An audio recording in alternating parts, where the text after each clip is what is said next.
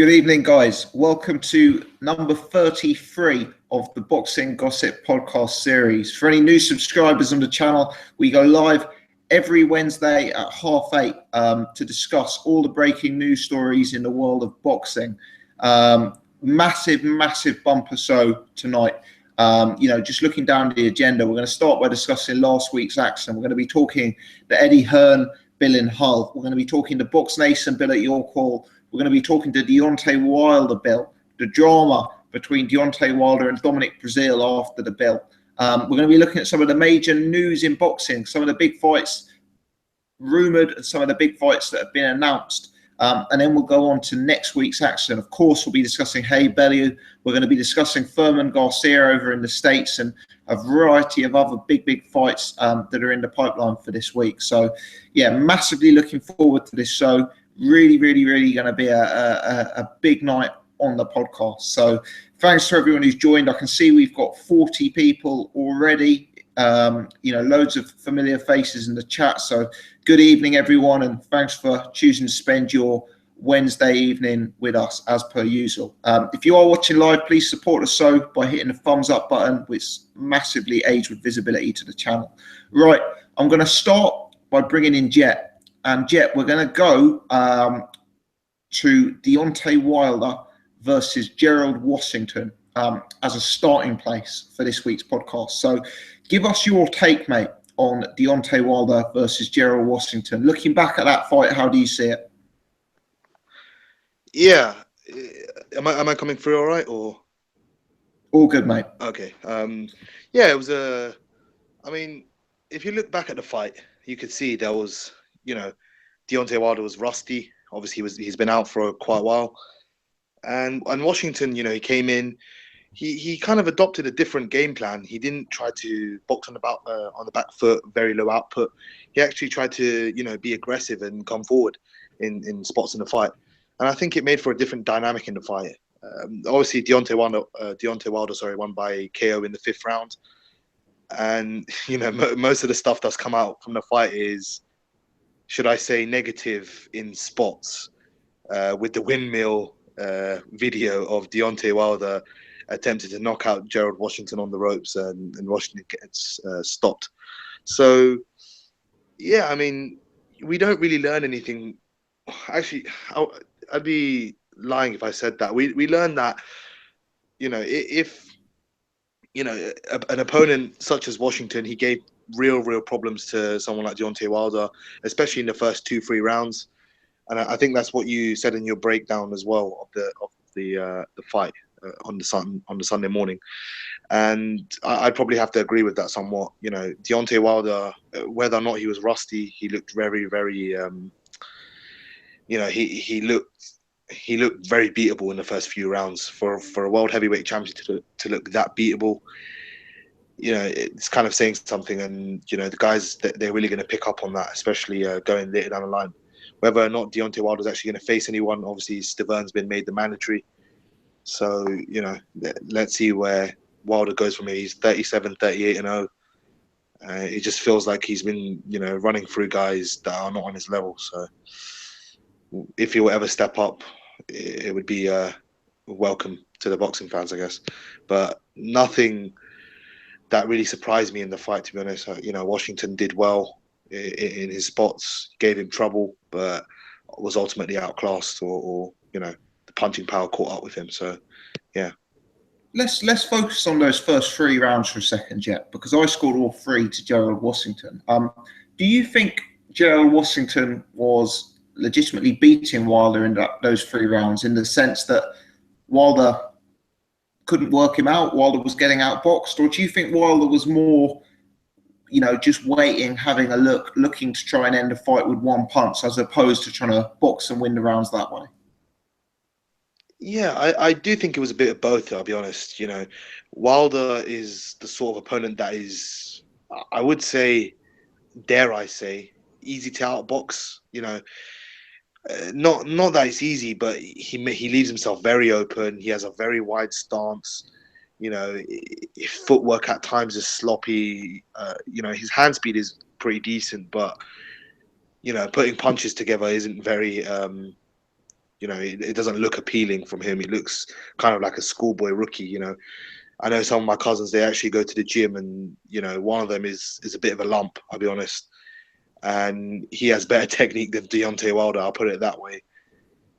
So I do think it's a bit of both. You know, Gerald Washington is an awkward customer. You know, he likes to box on the back foot, pump out the jab, pump out 1-2 combination here and there. But he is generally low output, and he's a slow but I'd say methodical heavyweight. He's not he's not an Arthur Spilker. Spilker's a bit faster, a bit nippier, moves around the ring a bit better. You know, he's similar to sort of Spilker, but you know, very much slower and bigger than Spilker. So, you know, I think it's a combination of both. That Wilder, you know, we all know Wilder does load up and looks for that big right hand, that big equalizer. Obviously happened with Spilker, Johan Depar, although he did beat up Depar in most of the rounds. Stiverne didn't get KO'd, but, you know, there are instances where Deontay Wilder does look for the KO, and, you know, that's probably the majority of his fights, I'll be honest, because he has that massive equalizer. So, yeah, I do think it's a bit of both. Interesting stuff. All right, thanks, Jet. Let's bring Paul in. Paul, your take on Wilder Washington, and question for you: do you think Washington's height was a factor in this fight, or was it just his style that made Deontay Wilder a bit lower volume in the early parts? Right. I mean, I acknowledge that he'd been out for what, 5-6 months. I mean, it's. I think it was closer to a year, mate. Was it?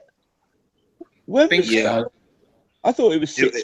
I think he got injured. Sorry, Paul. I think he got injured in early summer. So somewhere around just under a year. I think, something like that. Oh, okay. I thought it was 6 months. Okay. Well, that makes a bit of a difference to what I was going to say then. I mean, like, I wasn't impressed with Wilder at all. I mean, I actually gave the first 4 rounds to Washington. You know, I thought he was jabbing quite well. He was, you know, coming forward like Jet said. He's quite. I thought he was outboxing him.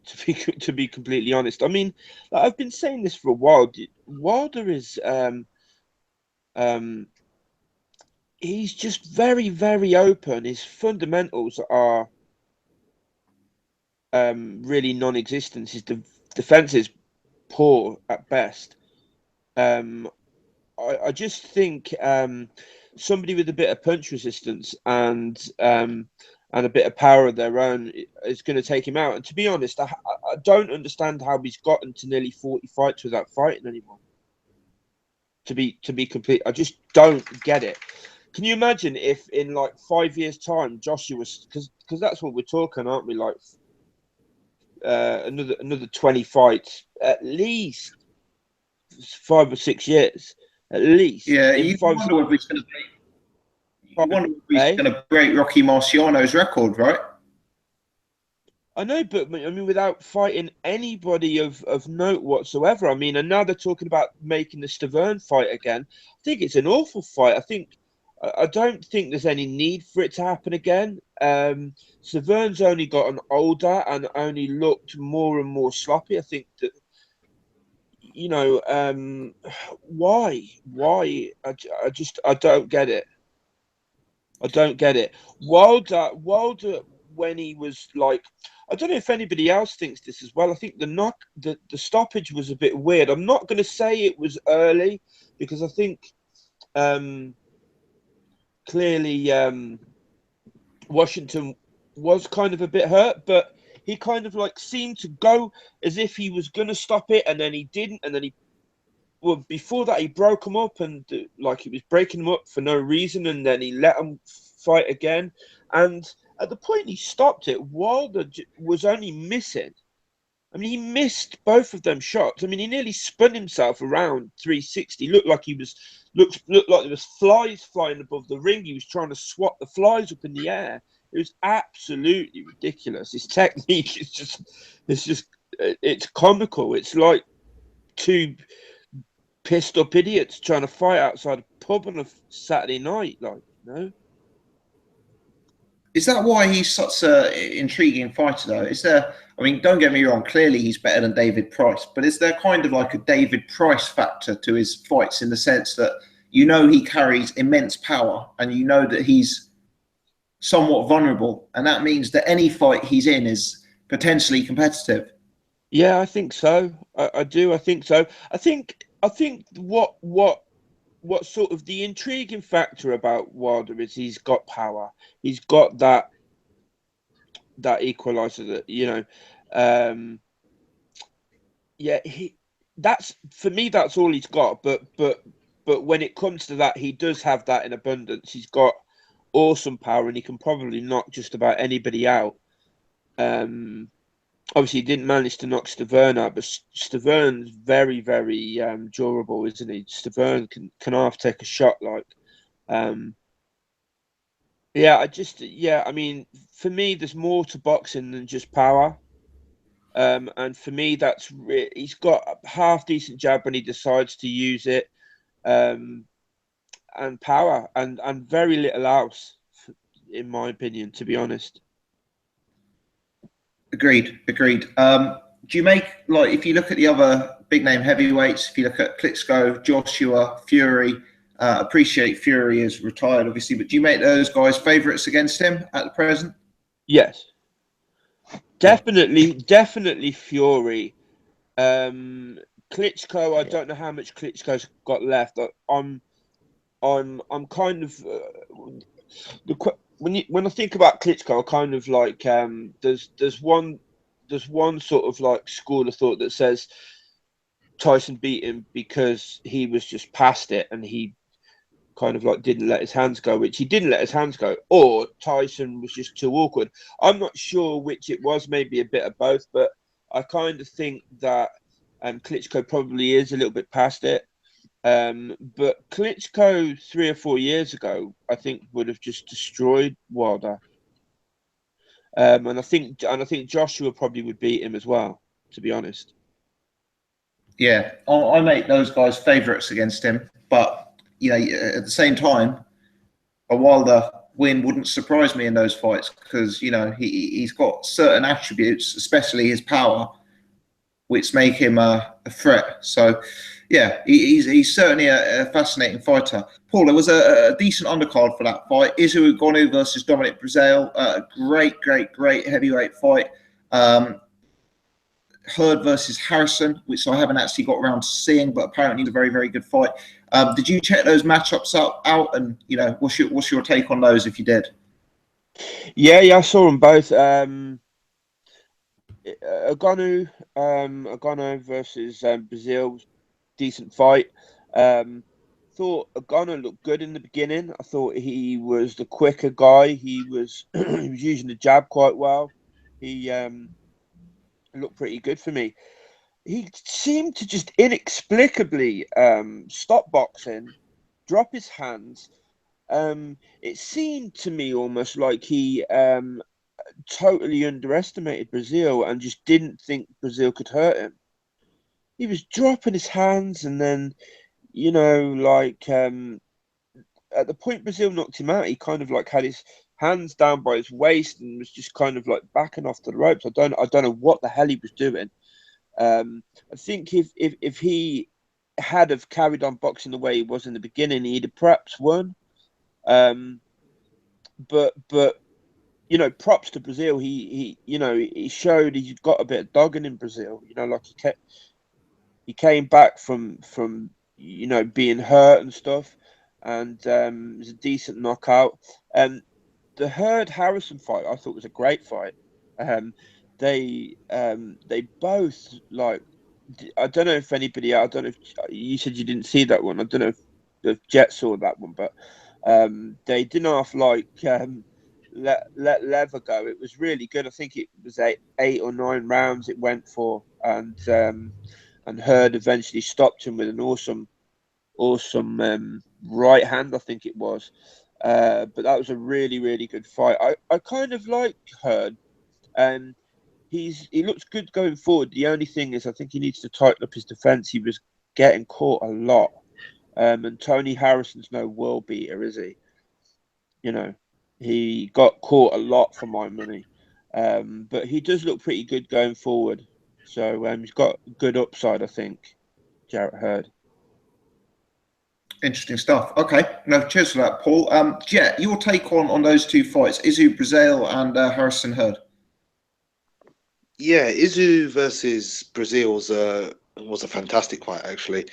Izu dropped Breazeale in the fourth. I think Breazeale dropped him in the third, and then Breazeale dropped him twice in the fifth or something like that. Very good fight, lots of grit, determination, and a lot of heart on show.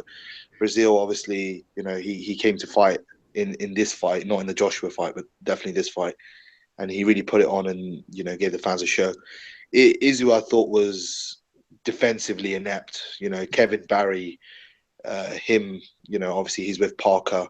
I think defensively both fighters are suspect. Let's put it that way.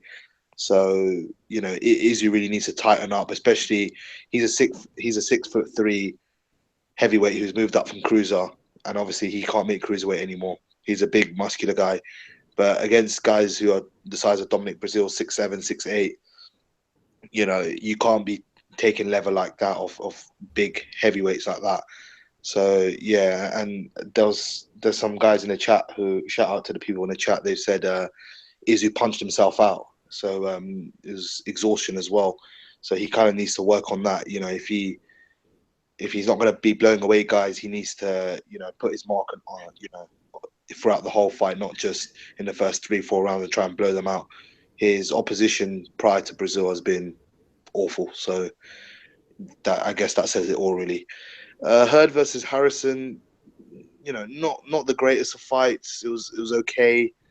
Harrison, as Paul said, he's no world beater, and he did catch Jarrett Hurd with a lot of clean punches.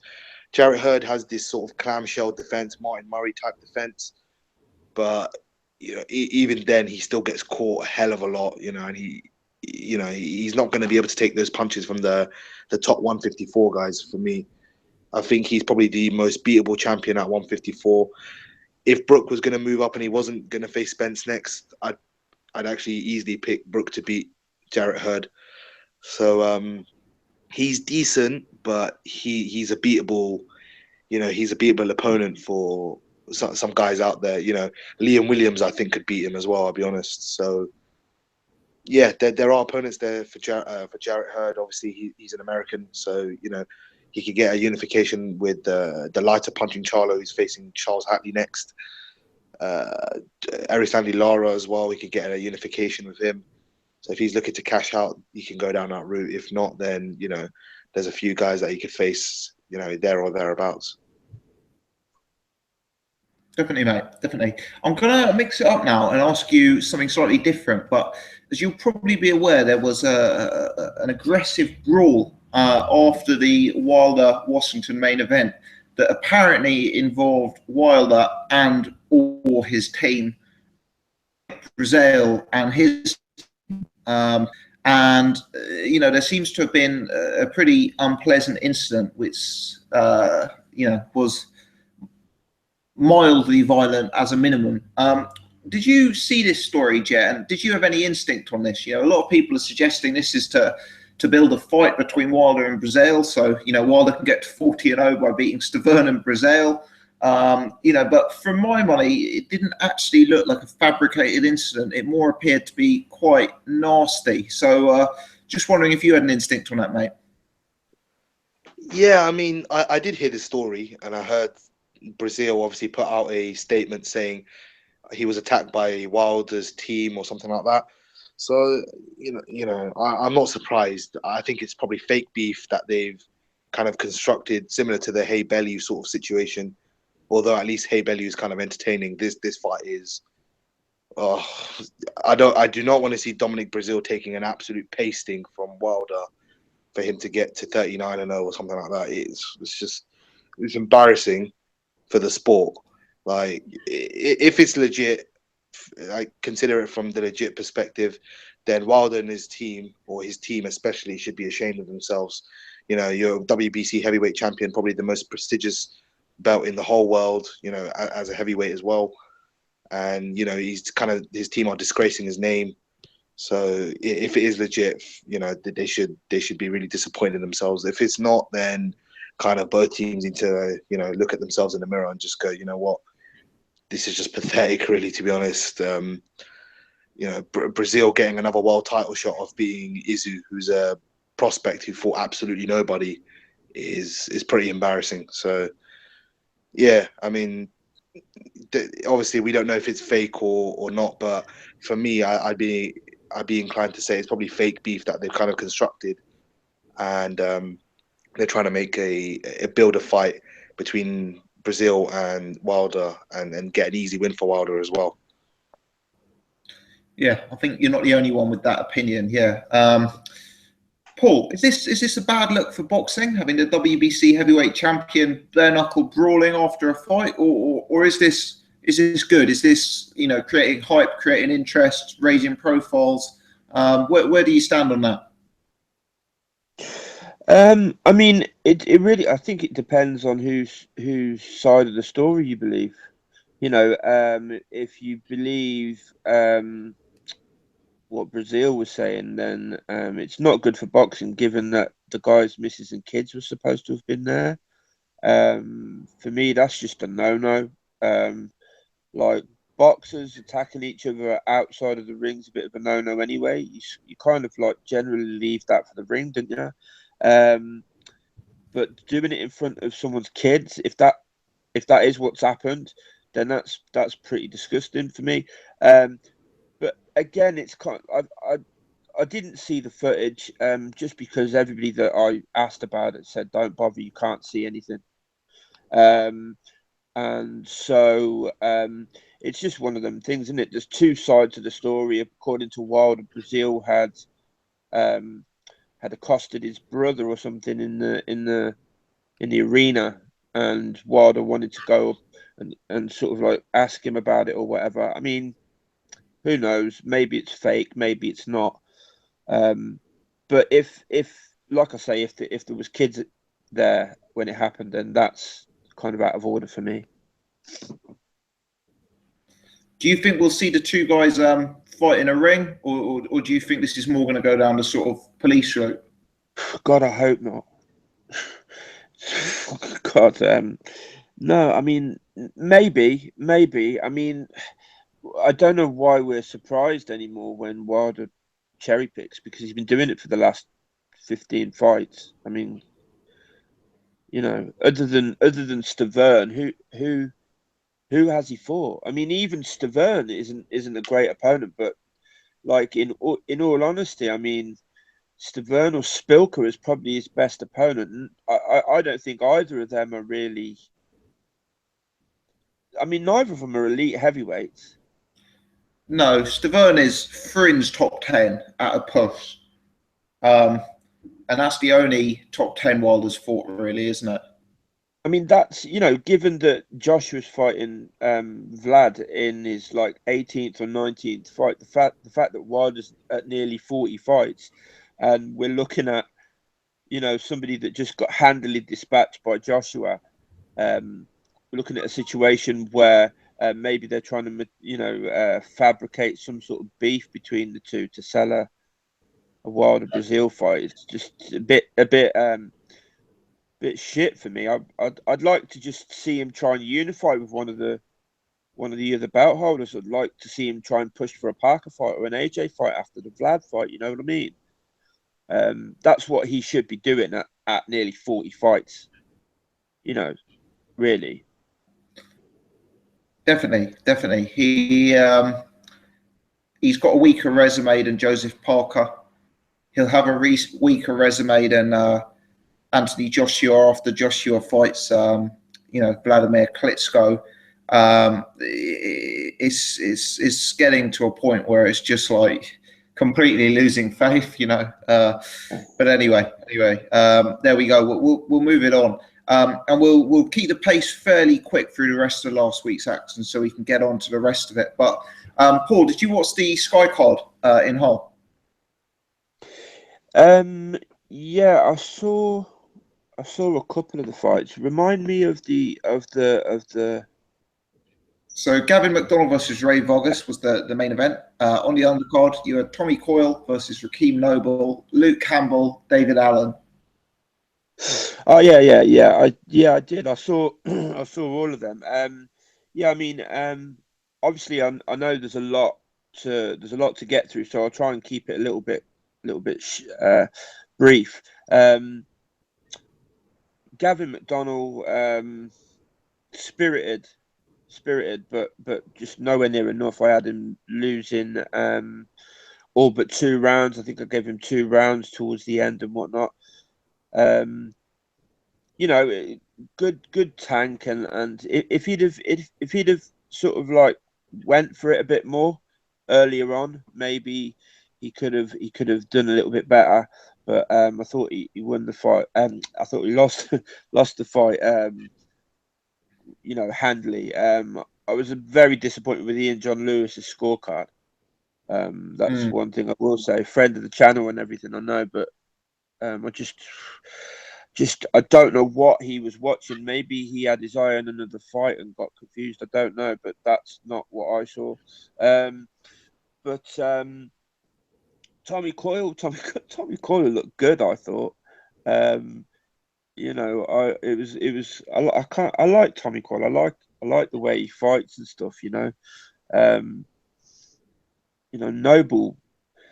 Was it Tom last week was saying he was told Noble was decent or something? I can't remember who it was. Someone last week, or it might not have even been on here, said Noble was decent. I thought he looked pretty awful, to be honest. He looked very, very green, didn't he? Very, very easy to hit, and just quite sort of awkward in there. Yeah, very awkward, very sort of like he looked like typical like rabbit in the headlights when he got hit. Like he was just like, oh my god, what do I do?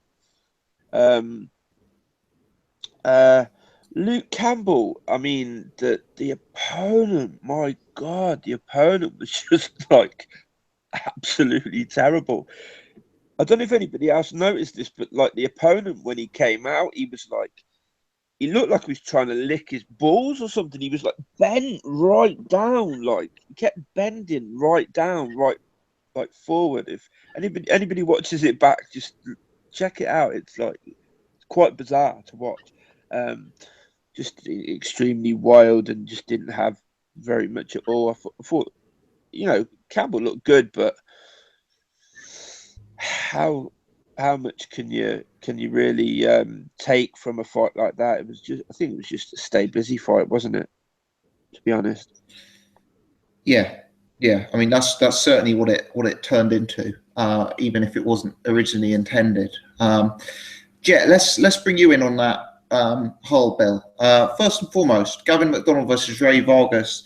How did you score it? Oh, well, I know we discussed this on for the benefit of those watching tonight. How did you score it? What's your take on the Ian John Lewis scorecard, and how good is Ray Vargas? Yeah, we spoke about it on your post-fight show, but yeah, I mean, Gavin McDonald's not a world level fighter. He's sort of a European operator, and he fought well, you know, for the sort of not limited talent, but you know, sort of the skills that he had. You know, he fought pretty decently.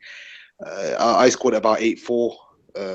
You know, some people on Twitter, as I said on your show, you know, they were ripping me, but then eventually he took over in the last 2-3 rounds, and he did get a couple of rounds on the scorecard.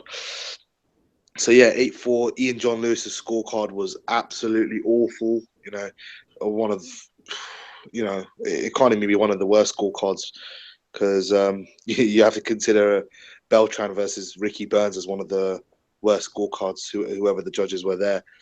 But yeah, pretty bad scorecard, and you know, it's not nice to see. You know, UK is probably becoming more notorious in terms of scorecards. You know, in terms of in regards to in comparison to Germany or America. So yeah, pretty bad. Ray Vargas, I know loads of people were talking about. I know you rated him after the fight, after you've seen him. For me, he's just, he's a good fighter. He's a world level fighter in the super bantamweight division. He's got decent skills and that sort of stuff. But for me, he's just, against the top guys, he won't cut it. He drops his hands very low. He pushes out the jab and he fights out. He has a decent jab combinations, but he leaves himself wide open. He can be caught, and some in some spots he looks like he's tired. He fights in spots, and I think you could, if you have like a really good pressure fighter, and not McDonald, because I didn't think that was McDonald's game, but a serious pressure fighter could put him on the back foot, for 36 minutes. I think they could end up stopping him or something like that. But against guys like Rigo, maybe Jesse Magdaleno, I just don't think he's better than those guys for me. But that's a sort of personal pick. But yeah, he's a decent fighter, and obviously he's picked up a version of the World Super Bantamweight World title. So yeah, well done to him. Definitely. So on the undercard, obviously Tommy Coyle, David Allen, Luke Campbell. Any particular comments on any of those names before we move it on to the rest of the stuff? No, I mean, we spoke about it in the post-fight show, so there's not really much to add. The opponents were subpar, so we don't really learn anything more than what we know. Obviously, Campbell wants a Mendy rematch, so yeah, let's wait and see if that does happen. Absolutely. Guys, we're moving it on at a fair pace tonight because there's a huge agenda to get through. But if you want to hear more on that Sky Bell, we did do a live show following on from it, which is up on the channel, which Jet does appears on. So perhaps check that out after the podcast if that's of interest. Jet, let's stick with you and let's go to the Box Nation card at your call. I was hoping to bring Irish Tom in on this one because he actually attended the event live, but hopefully Tom will join a bit later on in the show and then I can ask him about it. But yeah, Boy Jones Jr. versus Poxton in the main event, which, the definite fight of the year so far. Some good names in the undercard. Jay Harris, Lerone Richards, Harley Ben. Anything that you take from that, Bill Jet? Did you particularly enjoy it? Any particular names stand out? Yeah, I'll be honest. After the live show that you did and I appeared on, I was supposed to watch the Poxton versus Boy Jones Jr. fight and some of the other cards, Lerone Richards, other fights on the card. Sorry, I just never got a chance to get around to it. But I've been told that obviously the Poxton versus Jones Jr. fight was a fantastic fight of the year. So I will have to check that out. Lerone Richards, I heard, I didn't see the fight obviously, but I heard a bit of, and I hear he's a very, very talented prospect. So I look forward to see his career progression. And obviously the other Harley Ben obviously made his debut. So yeah, nothing really for me obviously on the fight side, but in terms of prospects on the bill, it's actually really good to see. That they're getting a push and they're getting exposure that they probably deserve. Boy Jones Jr. obviously. He's had a fair few fights and he's got a following, so it's good that he was on, a main event at York Hall, and it's a small hall of course, but at least they're getting some exposure, and it was on a Friday night, so people could actually watch it, and the visibility was decent on it. Yeah, definitely. And Jet, before we finish with yourself for last week's action, I still haven't watched Butte Elida Alvarez, just haven't found a time, mate. So do you just want to quickly give us a line on that one so we cover it off? Yeah, I mean, the fight itself wasn't the greatest fight. I thought Butte was kind of, controlling the pace in the first few rounds. Alvarez was there or thereabouts, and obviously around the fifth round, he KOs, he starches Butte, and Butte, is, I don't know why he moved up to 175. Obviously, this was a final eliminator for Adonis Stevens' WBC belt, and Butte for me is, I did pick Butte to win this fight, but for me he's shot. I thought he might have a bit too much for Alvarez, but yeah, it is what it is. Alvarez is mandatory, and I think if Alvarez does face Stevenson, I think he would lose to Stevenson personally. But yeah, it's a quick little fight. So if anyone wants to check it out, please do. Definitely. Paul, did you happen to see the York Hall bill, mate? No, I don't. I didn't see the Boy Jones Jr. Who else was on there? I can't remember whether I saw. Boy Jones Jr. versus Poxton was the main event. That was a great fight, mate. Strongly recommend you watch that. There's Lerone Richards, Harley, Ben, Jay Harris. You know, some prospects coming up, but no mega names. I've seen Harley Ben. I saw that earlier. I didn't see. I haven't seen the Boy Jones Jr. fight yet. I thought Harley Ben looked absolutely terrible. I'm hoping you felt the same. He looked even when he was like throwing all those punches at the end, like he had the guy in the corner. He looked awful, even throwing the punches. Like, I mean, I know it was his first fight, no amateur record and stuff. So I suppose he can be, he can be excused somewhat. But yeah, he did look pretty horrendous, like, to be honest. Yeah, I didn't see any of the other fights. I saw the Butte Alvarez fight though. I thought Butte looked all right. He was, for me, he was winning that fight up until the point he got knocked out, and he did get savagely knocked out. It's one of them things, isn't it? It's kind of like that power dynamic, like there's some fighters that Alvarez doesn't look great to me. I think he's gonna get done by the top guys up there. I don't think he looked great.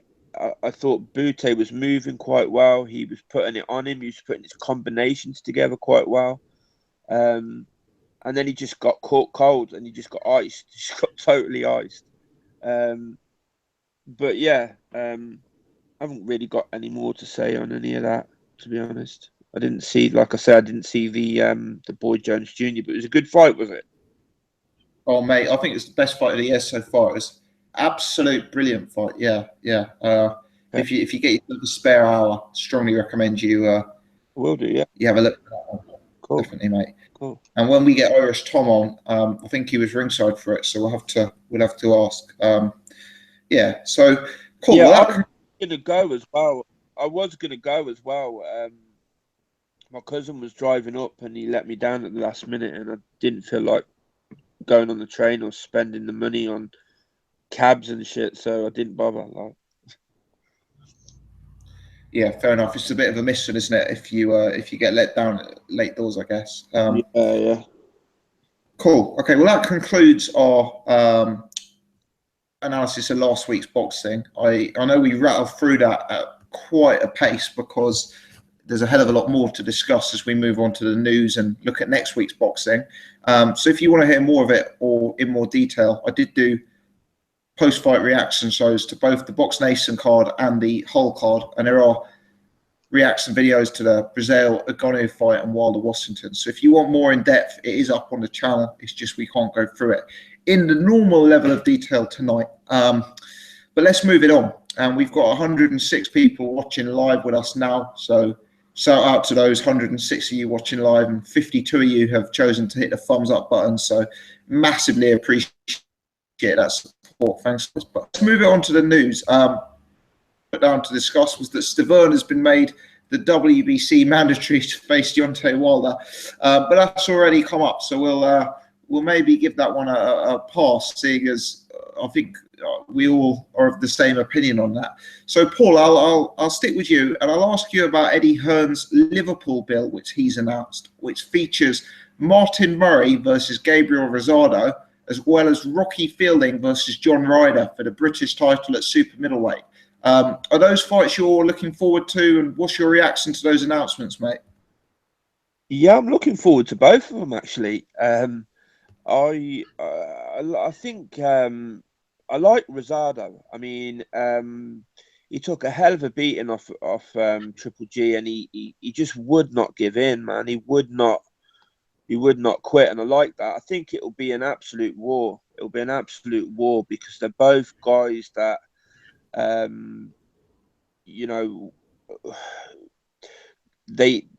both guys that kind of like really dig deep when they need to. So I think that'll be a really good fight. Rocky Fielding. Yeah, I kind of John Ryder. He looked okay last time, but I've never been a huge fan of John Ryder. Like before last, the one where I can remember I thought he'd lost it and he won it. With Brass? No, before that. Do you mean John Ryder or Rocky Fielding? No, John Ryder. John Ryder. Edges? Jack Armfield, but he lost that fight. And then Sergei Kamitsky. Oh no! I might be getting confused. There was a fight that he won that I thought he lost a while back. I can't. The only one I can think of is Armfield, mate, where he lost, but in a very controversial fight. Oh, it might have been. Oh, did he lose that? Yeah, he lost that. He did lose. Oh, yeah, Armfield won. Yeah. That's right. Yeah. No, it's all right. My shitty memory. That's all that is. Yeah, no, but looking forward to both of them fights. Is there any more of the undercard been announced? Or? Yeah, there's been some undercard fights announced involving likes of Sean Dodd, but nothing really that stood out to me as, notable fights. Yeah. Who would you lean to then, Paul, in those two, if you had to pick winners at this stage? I think perhaps lean to Rosado. I think he's got just a bit more left in the tank than Murray. And Fielding, I don't know. I don't know. Maybe just a bit towards Fielding, but it's hard one to call. I think they're both hard fights to call myself. I don't think either of them are.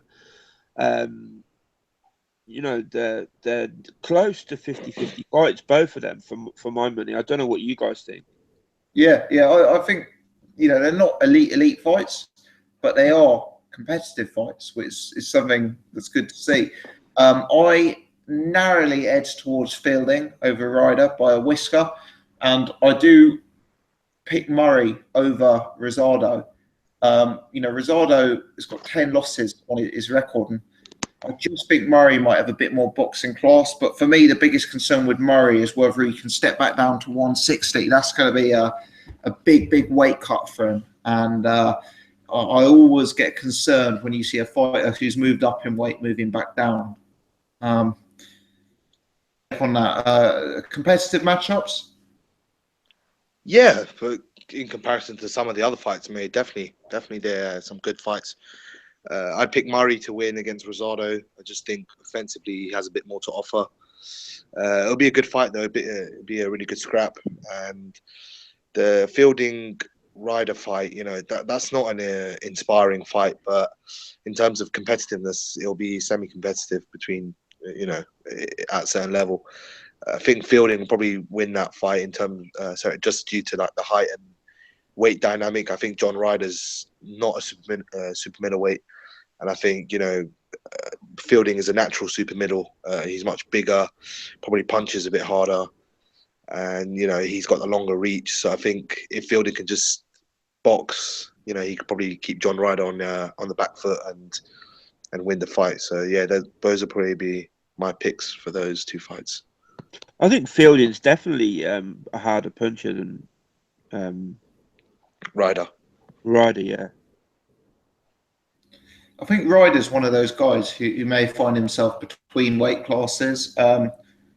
He's a very stocky guy. He's got like big arms, big back, but he's very, very short. And because of his natural build, he struggles to make 160. But just because you struggle to make 160, that doesn't make you a 168-pounder. And there's some real giants in that division. Callum Smith, Rocky Fielding, George Groves. These are guys who are 6 foot plus. And John Ryder is just not of that same build. And the way he's going to have to fight against these guys to get the nod, I think he's going to struggle. I do think he's going to struggle. But it's an interesting fight because Fielding's vulnerable and Ryder is probably the best I've seen him look. And to be fair, that was when he stepped up in weight against Adam Etches. So, yeah, it's an interesting fight for me. And like a crossroads fight. You know, the loser of this, kind of hard to see where they go. The winner of it, you know, maybe they're a European level fighter with a British title. So, yeah, it's one that I'll certainly be having my eyes out for anyway. Yeah, I wanted to ask you about Tommy Langford. Tommy Langford versus Craig Cunningham is off. Now, this is the third fight already of Frank Warren's schedule that appears to be off. So you guys will recall when Frank Warren called that big schedule to announce multiple builds for BT Sports. So far, we've had Josh Warrington versus Marco McCulloch off, although, to be fair, that was replaced by Kiko Martinez, who's probably a better opponent than McCulloch. It sounds like Vijinda Singh versus Jermaine Smile is off. And it also sounds that Tommy Langford versus Craig Cunningham is off. Although Cunningham is being replaced by Tommy Langford versus Kutsides for the WBO interim title. So a few questions there. Number one, why is Frank announcing all these fights that are not going ahead? You know, what's your take on Langford Kutsides, and why is Langford fighting for a WBO interim title? I thought Team Warren were very against interim titles from their comments on Chris Eubank Jr. when he held the interim title. So, Jet, I'll throw that one over to you, mate. Yeah, I mean, sorry, the first one was why is he announcing fights that you think? I mean, he's definitely pressed for time, wasn't he? You know, I know the BT Sport deal didn't come into effect until next month, I think April, is it? And obviously he's you know, been pressed for time, and you know, I still don't think he's going to make that threshold. I don't know how he's going to get the 30 shows a year. So you know, it's quite hard to see. But you know, I know some people, like, you know, Irish Tom is a strong advocate of Frank Warren and a staunch you know, adversary of Eddie Hearn and Matchroom. But you know, at least the fights that Eddie announces, the majority of them go ahead, or they're actually made. You know, Frank is making fights that don't even exist. He's just pulled up Marco McCulloch's name from, you know, out of the blue. Let me just take a name out of the sky and name him as an opponent for Warrington. It's a bit embarrassing. I mean, you know, it's just unprofessional, I think. So I heard you know he picked out of a hat, Jet. I heard. That's what Sorry? I heard he picked a hat. Do you know what, Paul? I wouldn't be surprised, honestly. You know, it's not like have a go at Frank Warren, but I just think it's really unprofessional. I think it's just a bit of a joke, to be honest. You know, he's making it. It doesn't look good on him, and it doesn't look good on his fighters. So that's kind of my take on that. I mean, what was the second one? Gossip was, sorry. So what do we? I'm personally disappointed that Langford Cunningham's off. I thought that's a good fight. Yeah. What about Langford?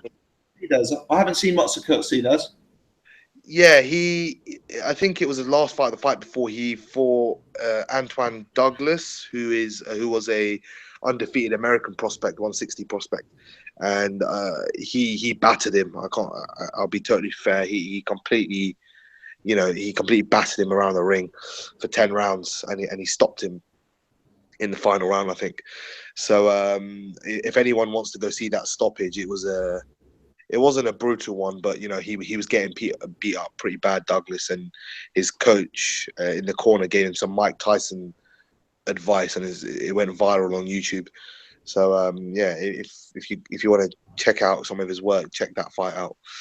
But he's a decent operator. You know, he's very small for me. He's, you know, he's not tall at all. I'm not sure his exact height, but he's very small for middleweight. He's the number one in the WBO rankings, and he was Billy Joe's mandatory until this interim sort of fight was made. And yeah, I'd expect him to knock out Langford, if I'm honest. Langford is pretty awful. Let's put it that way. And sorry, yeah, and you said the interim title. You know what, Frank, I know has this special relationship or something with the WBO, and he gets all these WBO European title shots on his bills and WBO international and whatnot. So I'm not surprised, he's got an interim title shot because Langford was number 2 or 3 or something like that. But Langford he's awful. I'll put it that way. If the Cunningham fight was made, I'd pick Cunningham to beat him pretty, not easy, but comfortable enough. And Zide, I think, he's gonna KO him. I'll be honest. Yeah. So let's talk the WBO for a second, because when I first saw this news, my initial thought was disappointment, because I wanted actually to see Cunningham fight Langford. Cunningham really impressed me about a go-go, but my second thought was what's going on with Billy Joe Saunders? I'm not really aware of the WBO having interim titles too regularly. What's going on with the Billy Joe Saunders situation, which means they want an interim title? Billy Joe Saunders, we still haven't heard any news about him. So do you think the fact that they've got an interim title suggests that he's going to change weight classes, or that he's going to have a more extended absence yet? I mean, do you have any? I appreciate you won't know the answer, but do you have any instinct or gut on that? Yeah, I mean, you're probably right with the sort of alternatives that you gave for Billy Joe. Obviously Billy Joe, he's hooked out with Adam Booth, and he said there's opportunities for me at 160 and 168. So the WBO are definitely going, you know what? If he's talking about moving weights, we're going to have an interim champion. And if he does vacate or we strip him, the interim is elevated to the full champion. Full champion. It's happened with who was the other one? Bellew versus George Jupp. They fought for the interim WBO because one of the belts the full WBO was, I can't remember who it was held by, but Rocky Martinez, and obviously Lomachenko moved up in weight. So, when there's a sort of process that they think is a bit,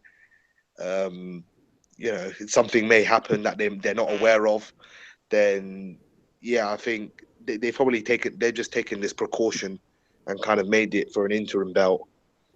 And I mean, whether or not something happens with Billy Joe, because we still don't know anything about his opponent or potential opponent. So I guess it's just a waiting game with Billy Joe. I can't help but think if he was with not necessarily a matchroom, but if he was with a different promoter, this wouldn't be happening. And this is not a dig at Frank, but obviously with the problems Frank's been having,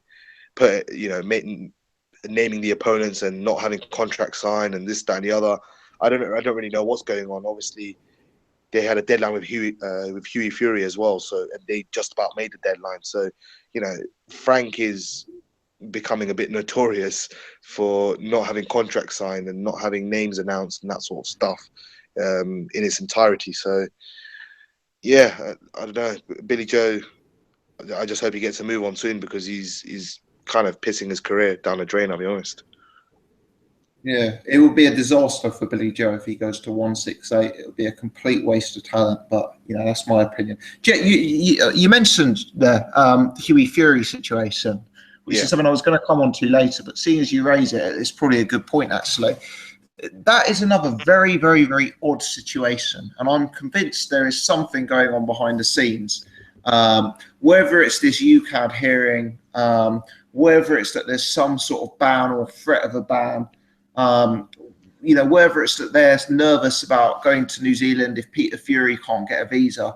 It's a very, very odd situation, and it does appear that they've signed a contract, but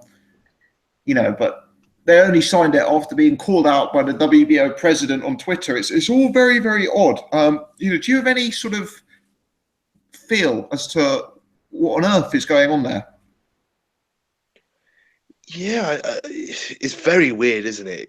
Some of the comments that have come out and things that have happened, it's just been real. It's been a bit of a head fuck, I'll be honest. It's been off and then on, and then Paco Valcárcel, he's a WBO president. He says you have to sign the deadline by 12 o'clock. Frank Warren gets it done around 10 o'clock. It's just weird. I don't know what's going on. 1 minute's off, 1 minute's on, and for Hughie as well, it must be weird for him, because he must be in the midst of a training camp.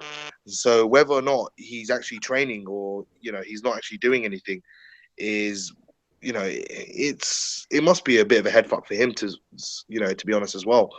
obviously, I don't know whether they're delaying it because of travel reasons, visa reasons for Peter Fury or something like that. I know Duco Events have actually said, they may hold the fight in Manchester if it's, so it builds a potential unification with Joshua. I think Duco are severely underestimating Hughie Fury. I'll be honest. The way they've spoken about him has been, not very respectful, not very, complimentary to Hughie Fury. So I think they're thinking, do you know what? JP's going to blow him out, and he's going to get unification. Obviously, he was at the Wilder versus Washington fight, and they had a snippet on PBC on their Twitter page, and he was talking with Wilder and Kevin Barry also backstage. So yeah, I mean, I don't know what's going on. It's a bit weird, but I hope it does go through. It still says it's on BoxRec 1st of April, so in Auckland. So I hope it happens. Definitely not 1st of April, mate. Definitely not 1st of April. It's going to be sometime in May. Oh, they've changed the date, or do you just Yeah. Oh, okay. Changed the date. They couldn't get a venue for April the 1st, and there's some debate as to what date it is in May, but definitely in May. Yeah, that's even more sketchy, isn't it? Because they moved the date, and if they had a date and a sort of a venue sort of available, or they could have done it at a smaller hall. There's definitely something going on behind the scenes that we don't know of at this moment in time. So, either they just made it because the date's not available, or sorry, the venue's not available, one or the other, or there's something going on. I think it's the latter. There's something sketchy going on behind the scenes that we don't know about, or they don't want us to know about. So, as long as the fight gets made, that's the main thing. But at this moment in time, it is looking a bit, touch and go. Let's put it that way. Absolutely. Okay. Thanks, Jet. I can see Iris has joined. Iris, I'll come to you in just 5 minutes, mate. I'm just going to finish off this topic with Paul first, and then we'll bring you in. But Paul, we were just discussing, obviously, Tommy Langford and Cunningham off. Langford and Kurt Cedars on, and obviously the Hughie Fury, Joseph Parker delays. So just wanted to see if you had anything to add in there, mate, and any comments on either of those issues. Langford, I don't like at all. I think Kurt Cedis what is it, Kurt Cedis or Kurt Cede? I think it's Kurt Cedars, but very possible that I've got that wrong. Yeah, well, either way. Jet will know. He's been watching him since the amateurs. Yeah. Sorry, Jet. Any inkling, Jet? I don't know these Eastern European names. I'll be honest. Come on, Jet. I don't want to butcher them, and then I get a lot of abuse. Gossip is the man, Gossip. I was listening to the podcast last week. I wasn't on, and Gossip knows his stuff, man. You got to go to him, honestly. Sorry, Gossip. I had to return a favour. Yeah. I mean, I can't remember the name of the young prospect that he beat, Kurt Cede or Cedis or whatever it is. What was his name again? Antoine Douglas. Yeah, and he was looking good up until then. I had my eye on him for a little while. Douglas, he looked pretty good, and then like Jet said, that Kurt Cede just battered him from pillar to post and stopped him. So I mean, I think Douglas had beat Tommy Langford, so I don't see Tommy Langford coming through that one too well.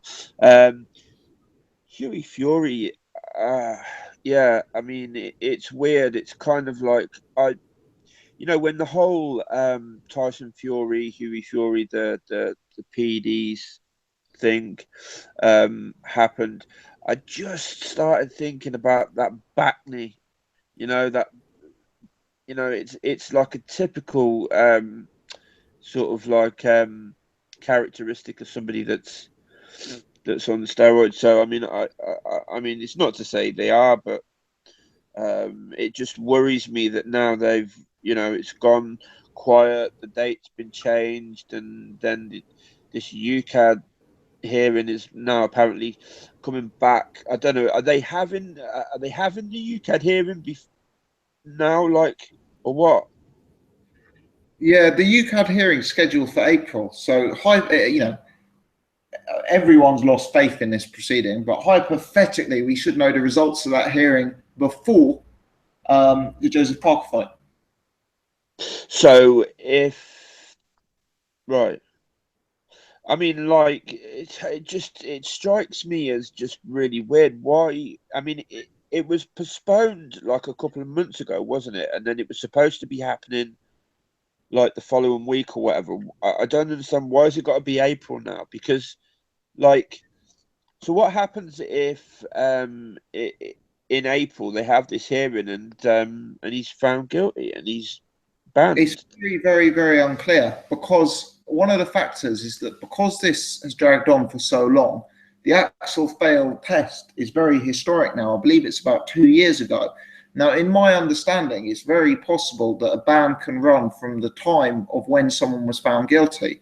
So it's possible that Hughie Fury could be found guilty and be given a ban for like 12 or 18 months, starting at the time of the failed test. So therefore, he could now be unbanned. Yeah, and the fight's in New Zealand anyway, so it's unclear whether. I'm pretty sure that if Team Parker said, we're still happy for the fight to go ahead so long as he's tested before the fight or whatever, I'm pretty sure that fight would still go ahead. I hope it goes ahead. I don't know who's guilty of what and who's not. I'm not the kind of person to just say, oh, they're all on steroids. They probably are, but until they're found guilty, we just don't know, do we? And I just hope the fight goes ahead, because I think it's a great fight, and I think Hughie Fury would school him. But it's got to be innocent until proven guilty. But it's a cloud over this fight, and there's too many clouds. There was a cloud over the Butte Alvarez fight the other day.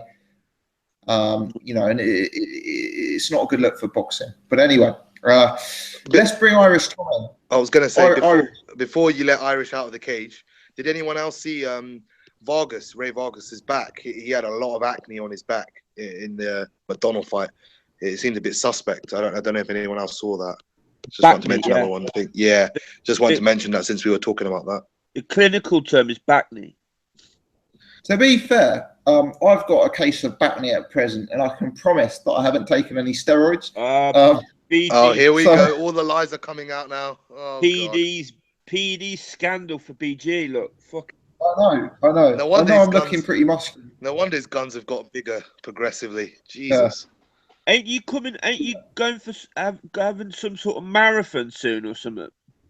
I got a marathon in a month, so maybe I've roided up for that, perhaps. But no. Larry Olabamawo style. I knew it.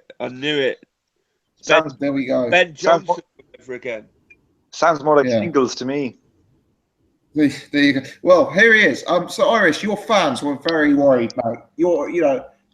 When you didn't show up for the first 10 minutes, the amount of panicked messages, from your free fans in the chat. Where is Irish Tom? Where is Irish Tom? But anyway, mainly from me. He had the messages. It's mainly from me.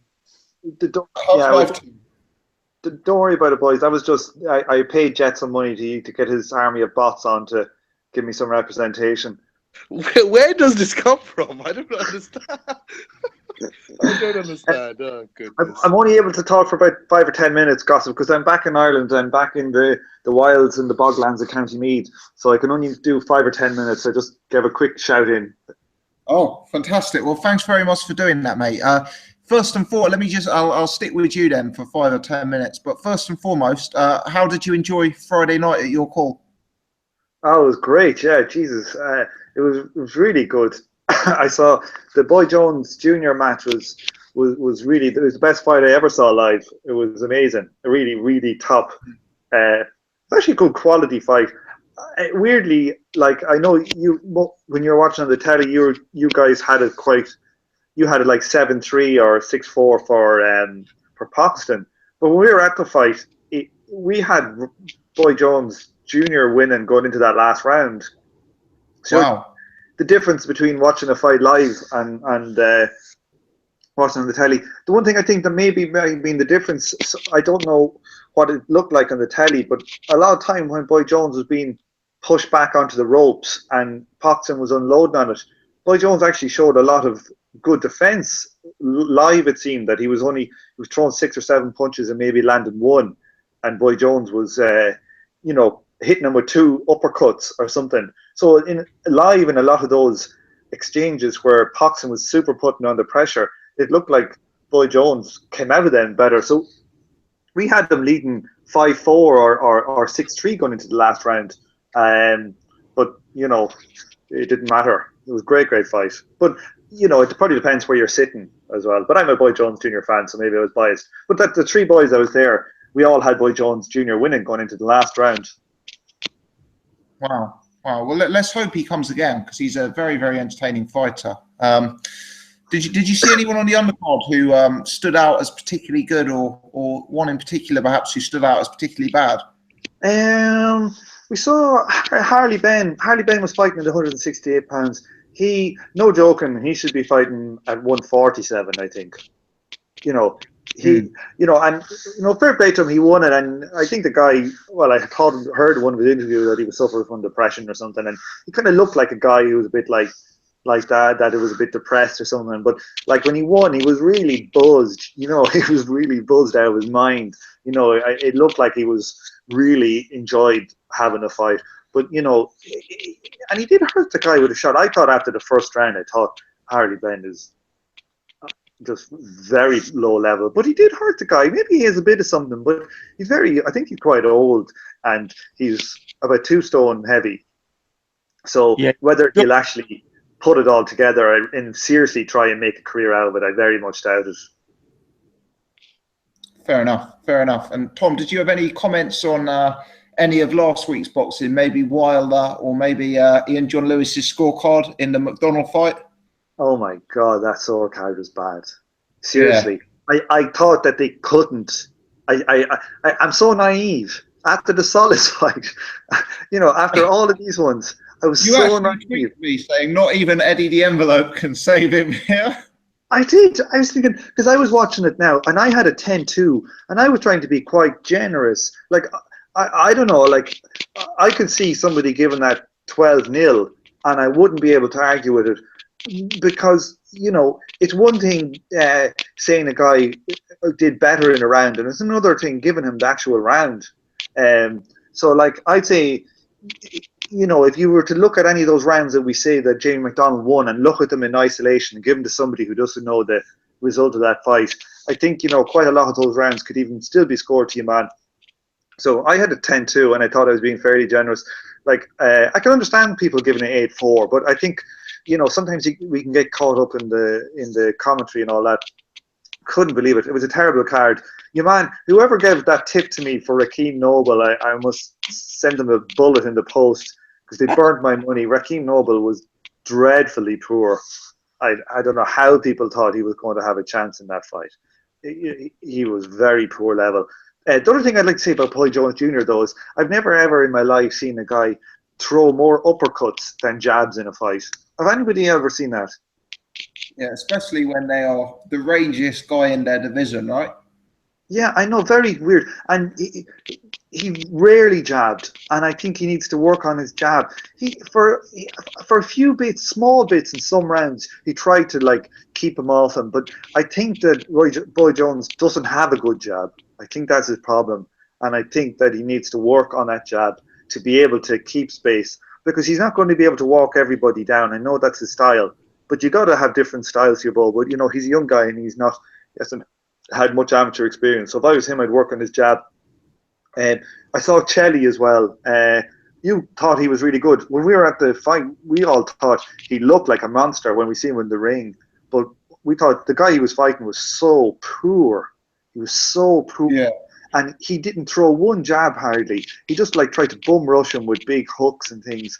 And I actually thought Chelly was, I thought it was I could see that he looks like he might have something about him, but I thought it was a poor performance, and maybe on telly it came across better, but live it didn't come across that well. What else? Wilder, great knockout. Wilder, he's got some serious Tommy Hearn style power. He's extremely crude, but but if he was to fight Joshua in the morning, I'd go for Wilder. I think he would knock Joshua out. I think Joshua's a better boxer, but I think Wilder would. I think he'd knock him out. What else is there? I actually saw loads of boxing the weekend. I watched nearly everything. What else was there? Was there any good American fights? Any other ones? Oh, Breazeale. Oh yeah, total. That was a brilliant scrap. But Ogono, is there an example of a worse managed career than Ogono? No. What no. Terror management. What terrible! Why did you throw him in against a tough guy like Breazeale and all these fought are puddings? Like you can see, he obviously has something, And to be honest with you, he fought so badly. Like he fought like he was just going to be able to smash him out. Like, do you know what it reminded me of? That time when your man came out to fight Crolla. What was his name? And did himself in about 5 rounds. Oh yeah, Barroso. Yeah, it was like watching Barroso Crolla. Yeah. Fair play to Breazeale. He's one tough man. Yeah. He showed a lot of heart. Tom, I know you're not with us for long, so just I want to make sure I get your predictions, mate. Haye, Bellew, Garcia, Thurman, Ohara, Davies, Derry, Matthews, Malinaji, Eggington. What have you got your eyes on, and who are you picking for the weekend's fights? Well, I've got to take issue with like you Gossip and Ultra Tech and all the people that are giving this fight such amount of air and saying like, oh, Haye looked like he was bothered in that, the Liverpool press conference. Oh, and he lost his rag. And I hope he's not going to lose his rag when he goes into the fight. And like, oh my God, David Haye wants to be an actor.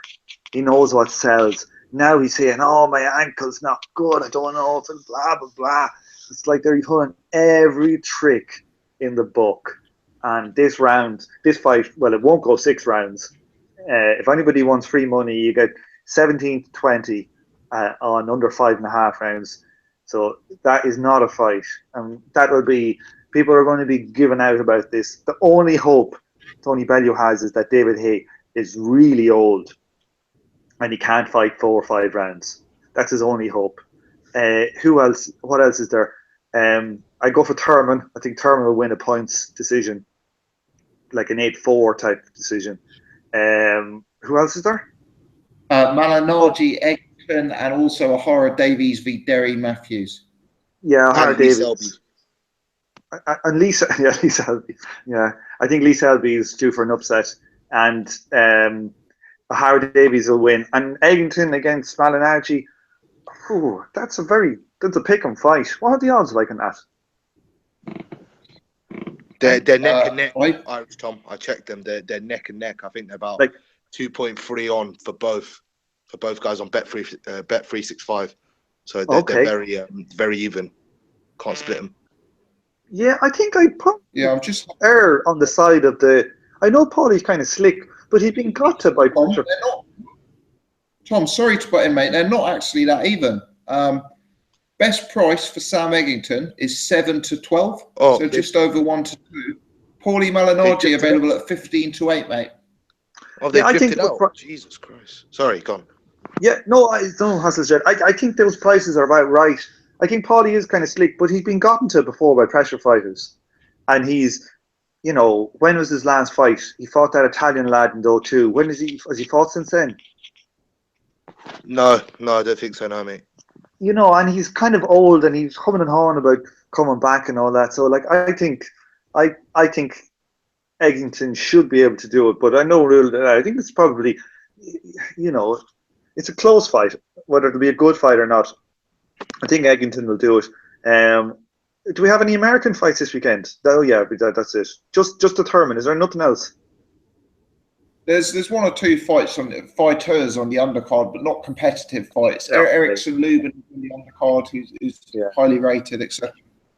Well, lads, I'm glad. I'm going to be going to a birthday party here in Kildare on Saturday night, and I might watch a stream of the fight. But if I do, it'll only be turning on around 11:15 when it actually tries to start, or 10:30, and hopefully I'll just have 2 or 3 minutes of action, and then it'll all be done, and we can move on to proper boxing. Oh, and another Enjoy thing. yourself. I watched GGG versus Lemieux just yesterday, and if like I just think it's going to be a repeat of that fight when he fights Danny Jacobs, and Jacobs has got zero chance. You can get something like you can get like 1 to 2 on a GGG knockout. It seems very good value, that, doesn't it? Yeah, I mean, I certainly find it hard to think that a guy who got dropped relatively recently by Sergio Mora is going to go the distance. The Triple G. Yeah, Triple G, yeah. Not a hope. Yeah. Lads, yeah. I'm going to do a runner. Cheers, Tom. Thanks for joining, mate. Have a good time in Ireland. Yeah, all right, Paul. All right, Jet. See you. Take care, Irish. Good time, yeah. mate. Have a good one. Yeah, don't be slagging me in my absence, and I won't. There'll be no one to put in this week. We've got to slag you, mate. Sorry. Yeah. Oh, Jesus. Screw you, Elias. Good luck. Take care, mate. See ya. Take it easy, mate. Thank God he's gone. He's not gone yet. He's actually not gone. Now he's gone. You can hear you. I know. Yeah, guys, I hope you don't mind that I somewhat destroyed the format of the soda, but I wanted to give Iris a chance to get his points across during his brief visit. So we'll pick off to where we left. We'll pick back up where we left off, and there was one more topic and news that I just wanted to put out, which is that Manny Pacquiao has confirmed that negotiations are ongoing with Amir Khan. That the Pacquiao-Jeff Horn fight is possibly more off than it is on. So, it may be that the Manny Pacquiao-Khan fight is actually becoming more of a reality than when rumours initially surfaced. So, Paul, just wanted to throw that out to you, really, and sort of get your if you're starting to buy into some of the hype around that. Oh, gotta be honest, I am. I actually heard the Pacquiao Horn fight's definitely off. I don't know about more off than on. I heard that it's off. They couldn't agree terms or something like that. That's definitely off. That's the information I heard anyway. And yeah, I mean they've both tweeted that they've agreed terms. So yeah, I mean I can see that fight happening now. I mean it's looking certainly much more likely than it was the last time we discussed it, which I think was last week or the week before. Yeah. We discussed it last week, and I think at the time we were all fairly dismissive of it, myself included, really, just on the basis that it's one of these fights that seems to come up periodically, but maybe it's just the right timing for both guys, given the state of their respective careers, I guess. Yeah, well, I mean, I dismissed it for the same reason. It gets talked about, like you say, once a year or something. It's like maybe Pacquiao, Khan's going to happen, or Khan says something in an interview, and it's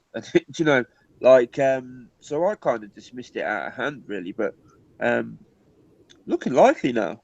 It's a good fight. Yeah. I guess it's going to be very, very bright if it is made. Jet, obviously you weren't on the podcast last week, mate, so we didn't ask you, but what's your instinct on this fight? Who would you lean to, and what will happen? So which fight are we talking about? Pacquiao. Oh, yeah, I don't think it's going to happen. I was at my cousin's earlier, and let's say he's very optimistic that the fight's going to happen. I told him, he said, the fight's been made. I said, no, it hasn't. There's no venue been announced, nothing been announced. So just wait and see, because, you never know with Amir Khan. He always pulls something dodgy out the hat. And, yeah, I wouldn't hold my breath on this fight happening. I'm more excited for Brooks Spence, but that's not me due to liking Amir Khan less than Brooke or anything like that. You know, I hear a lot of rumors on Twitter that loads of people are actually bashing the Khan Pacquiao fight. I think it's a good fight, actually. So I just prefer the Brooke Spence fight. I think it'll be a bit more explosive. And yeah, it's not a bad fight if it gets made, but whether or not it does get made is another question, I guess. Yeah, absolutely. Cool. Okay. Well, that covers off what I have put down for the news section. So unless either of you have anything more to comment on any of those stories, we can get on to the main event of the evening, which is next week's fights, I guess.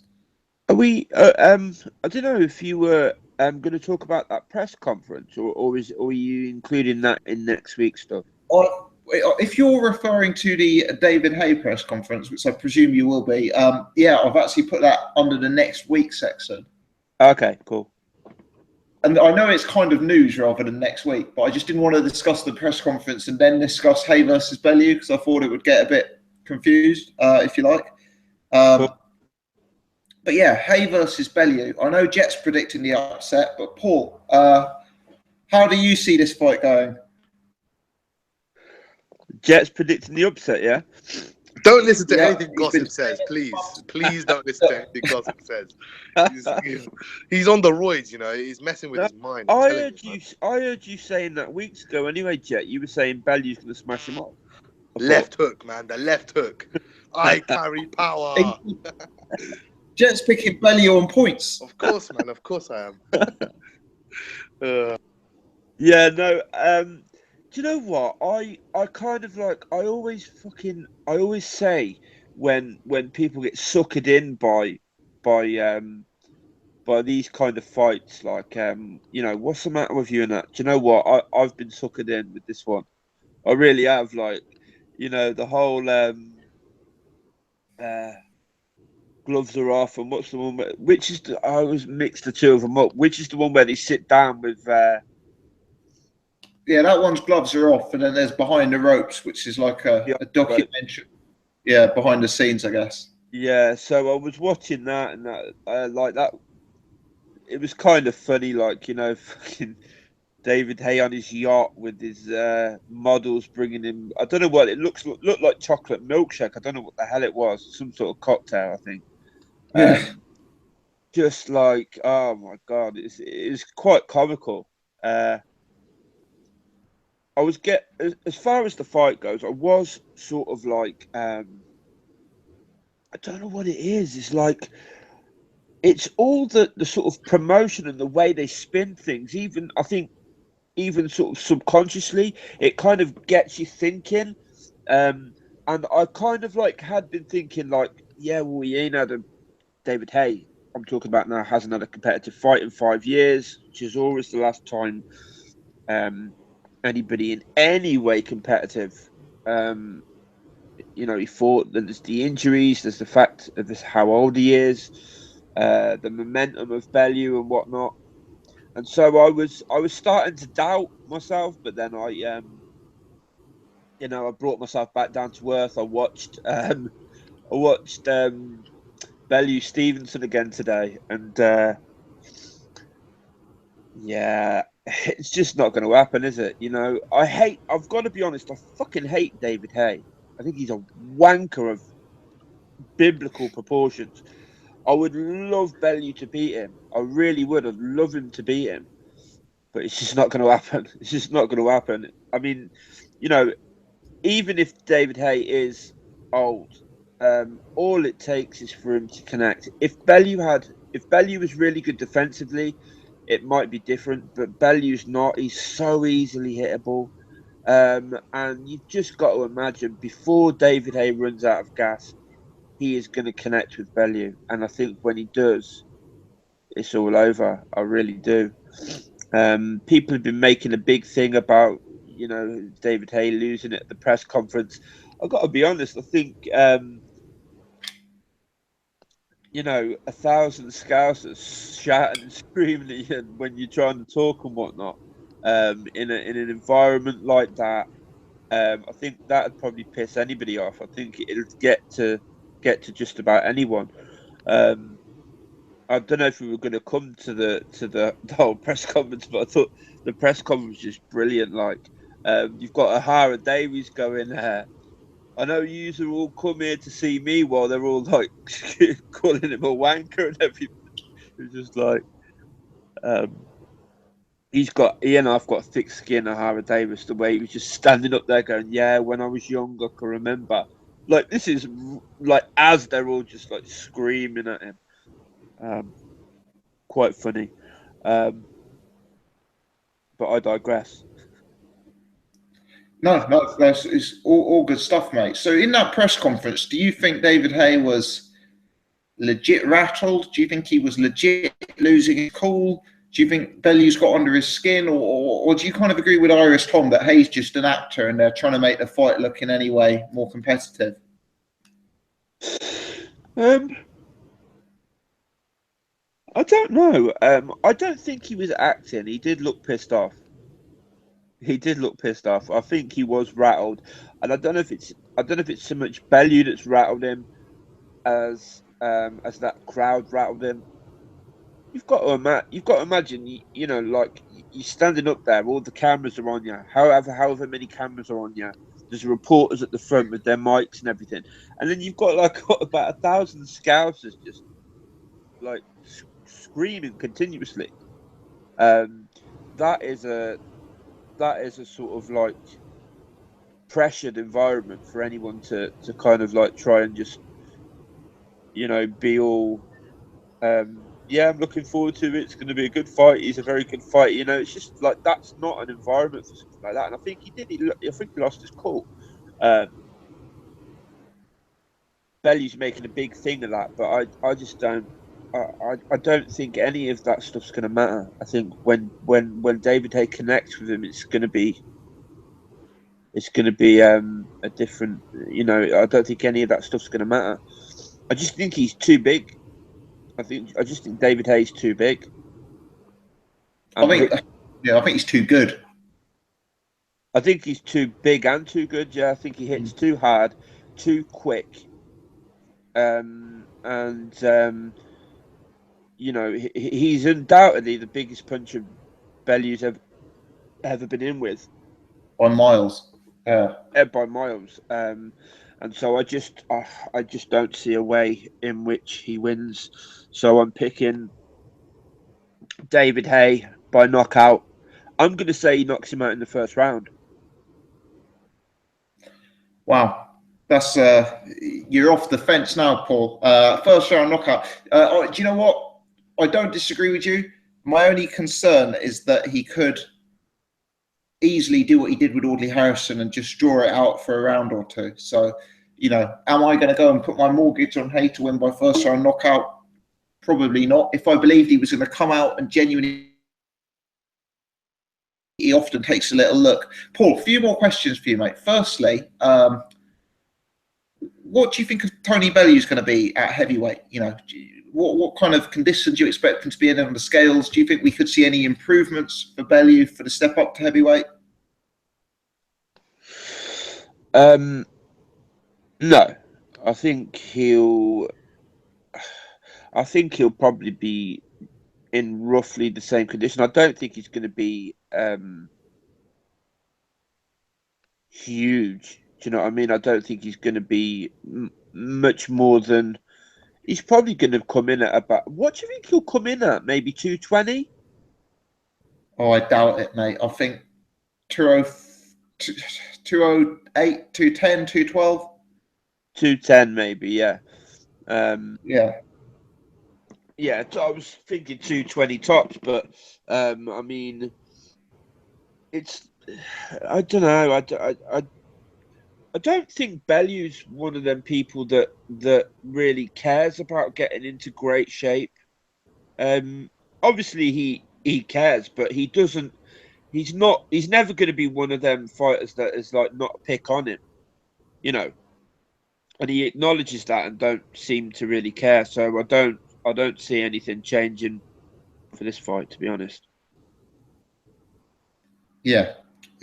Paul, the perceived wisdom is that if Tony Bellew takes David Haye late, if he's able to wrestle him into the later rounds and you and I both agree that that's likely not going to happen. That Bellew will then become, far more competitive in the fight. Do you agree with that logic? Do you agree that Haye's going to be most dangerous early on, and that potentially it's Bellew's fight if this fight does get to the later rounds?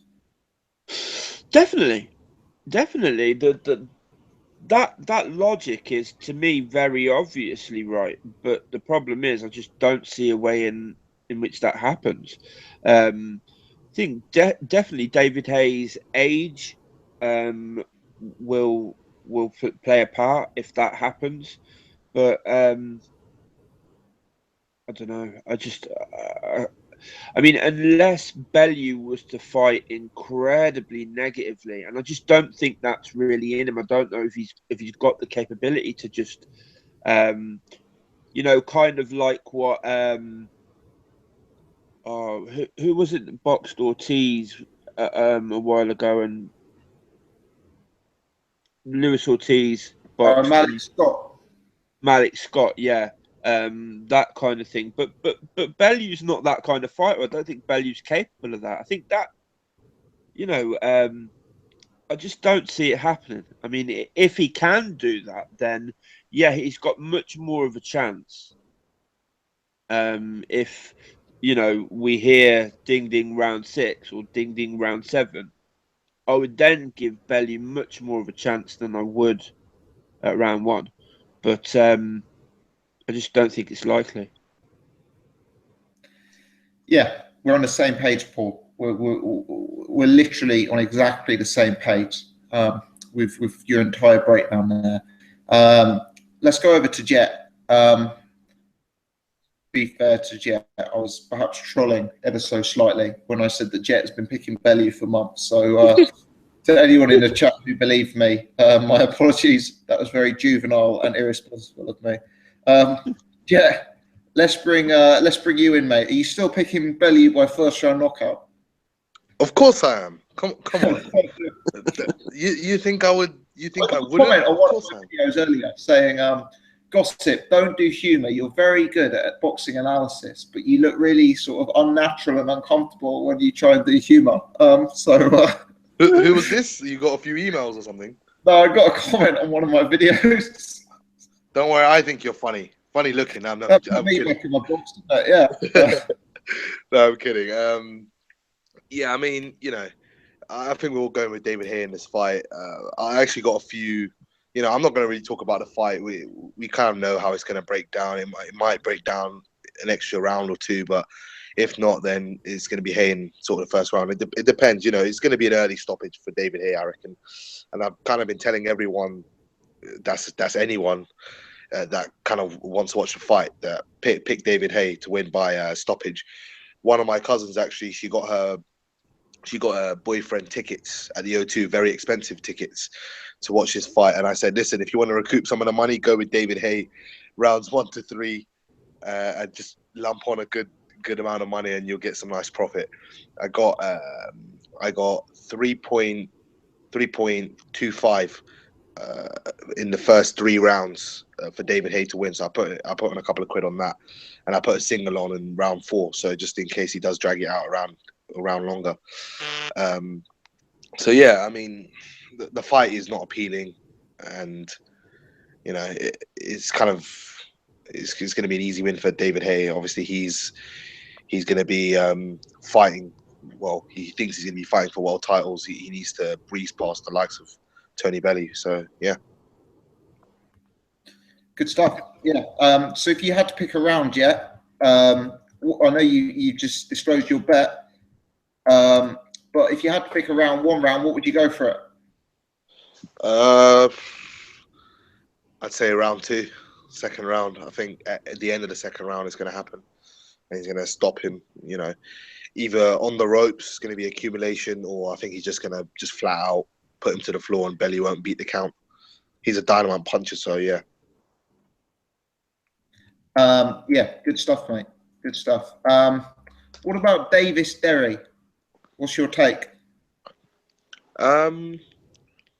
This is a weird one because, yeah, I was going to put a bet on this, but basically I was watching Ohara Davies versus Andrea Scarpa, and Davies had all these highlight reel knockouts before, and as soon as he stepped up against Scarpa, yeah, he didn't go for the knockout.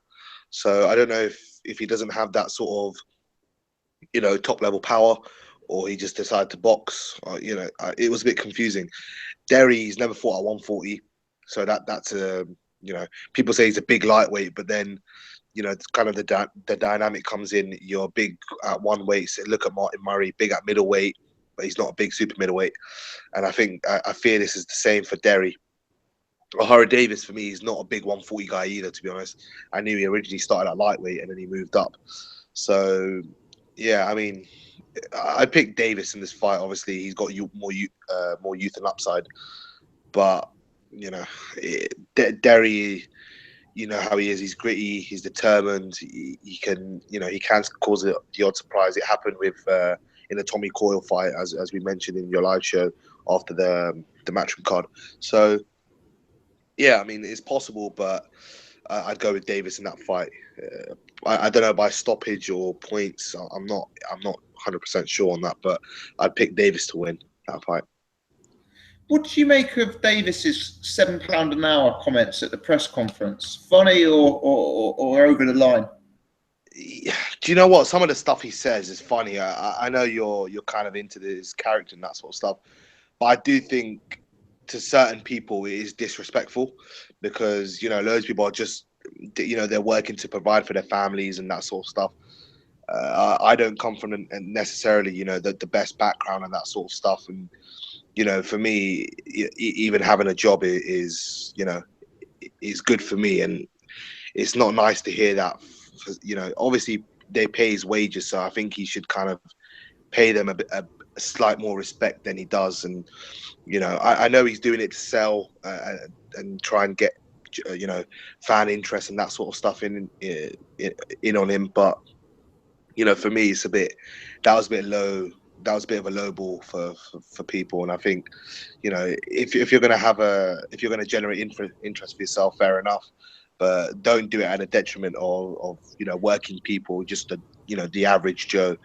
It's people are trying to make a living and trying to do what they need to do in life. So I personally wouldn't do that, and I wouldn't want someone to say that to me. So yeah, I think it was a bit of a kick in the balls, to be honest.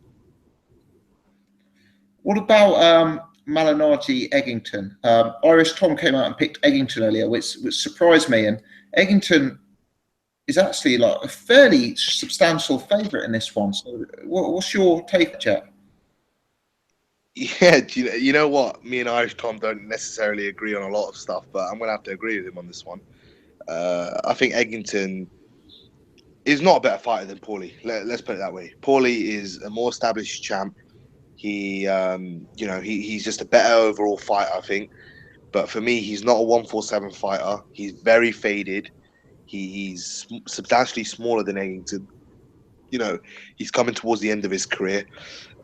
He's not really fighting for a version of a world title or anything meaningful.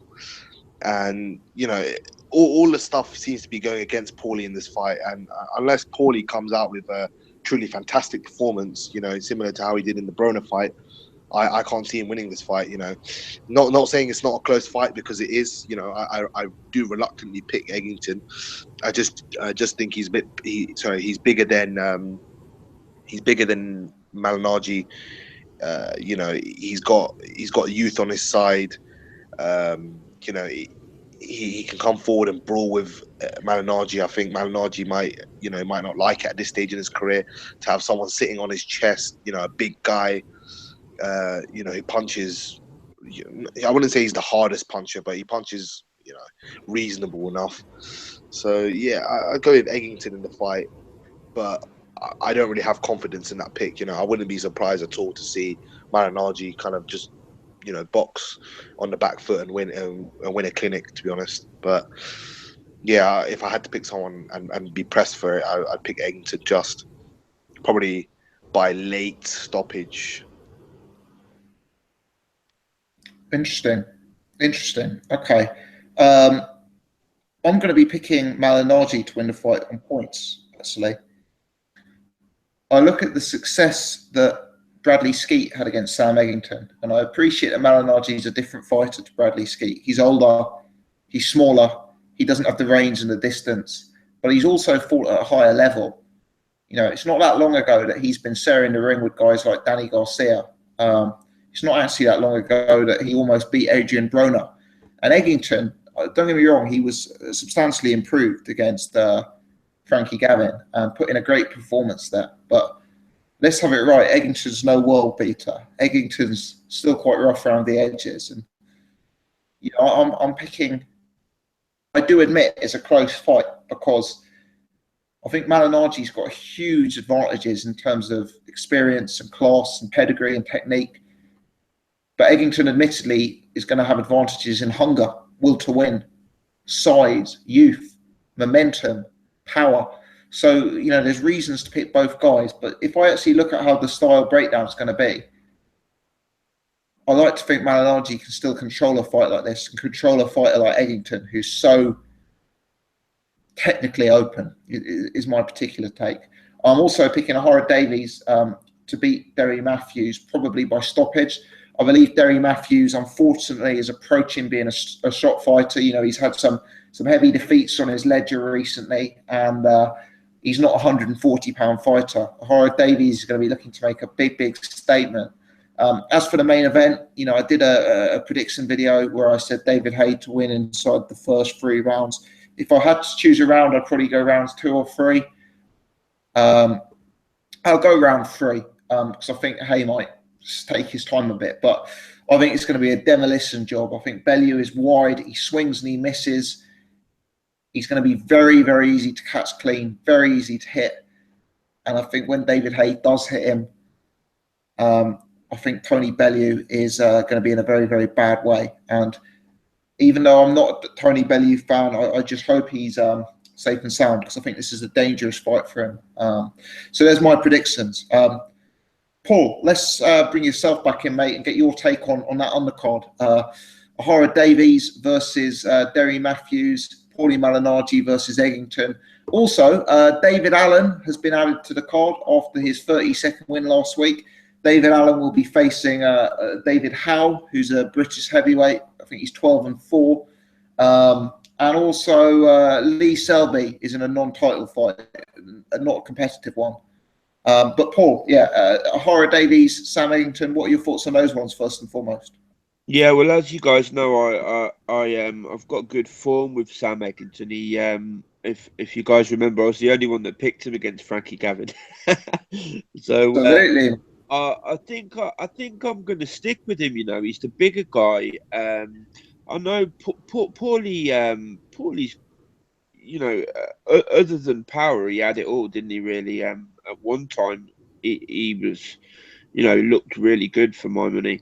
But it's a while ago, isn't it? He's late 30s now. I think it was 2013, the Broner fight. So, you know, it's what, 4 years ago. I think he's kind of like a bit faded now. So I'm going to pick Eggington. I think Eggington might do it. So I'm on my own there on the Malignaggi side, hey? Yeah, it seems so. Yeah, but I'm with you on the Ohara Davies. I think Derry Matthews has just been through too many wars, and I think Davies is a lot fresher, a lot younger. Like you say, he's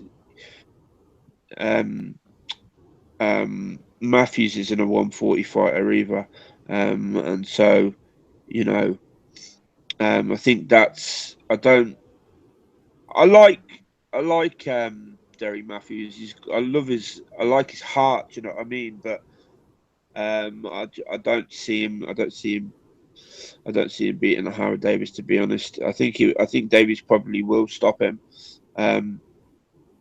So yeah, I'm picking Davies by stoppage, late stoppage, I think, and Eggington by stoppage as well. Eggington by stoppage and Davies by stoppage. Okay, could be a knockout night then, couldn't it? At the O2, because exactly. Yeah, Could be a lot of stoppages on the card, definitely. I'm giving Dave Allen a bit of hype on this channel because I'm a fan of his and he's a friend of the channel. But just a word on David Allen, Paul. Good to see Eddie Hearn making a bit of a project of him, and good to see Eddie Hearn getting him back out so quickly. Yeah, definitely. I mean, like you say, he stopped the guy at the weekend pretty quickly. He showed good killer instinct. I thought, as soon as he got a sniff of the guy being hurt, he pounced on him, which I always like to see in a fighter. There's been fighters over the years that have had all the skill in the world, but never really had that killer instinct. Frank Bruno is a typical example. He kind of like never forget when he fought Tyson and he rocked Tyson, and Tyson sort of staggered back. I don't know if you guys are probably too young to remember this fight. And yeah, I was born, mate. You weren't born. No. So yeah, he staggered him back, and rather than he didn't hit him. It's like it was unbelievable. He rocked him. I really think, because Bruno was a big puncher as well. I think if he'd have followed up, he could have maybe stopped him, but he just didn't do anything, and that was Bruno all over. He just lacked that killer instinct. So yeah, it was good to see David Allen, showing a bit of that. Be good to see him again this week. I like him. So yeah, good stuff. Cheers, Paul.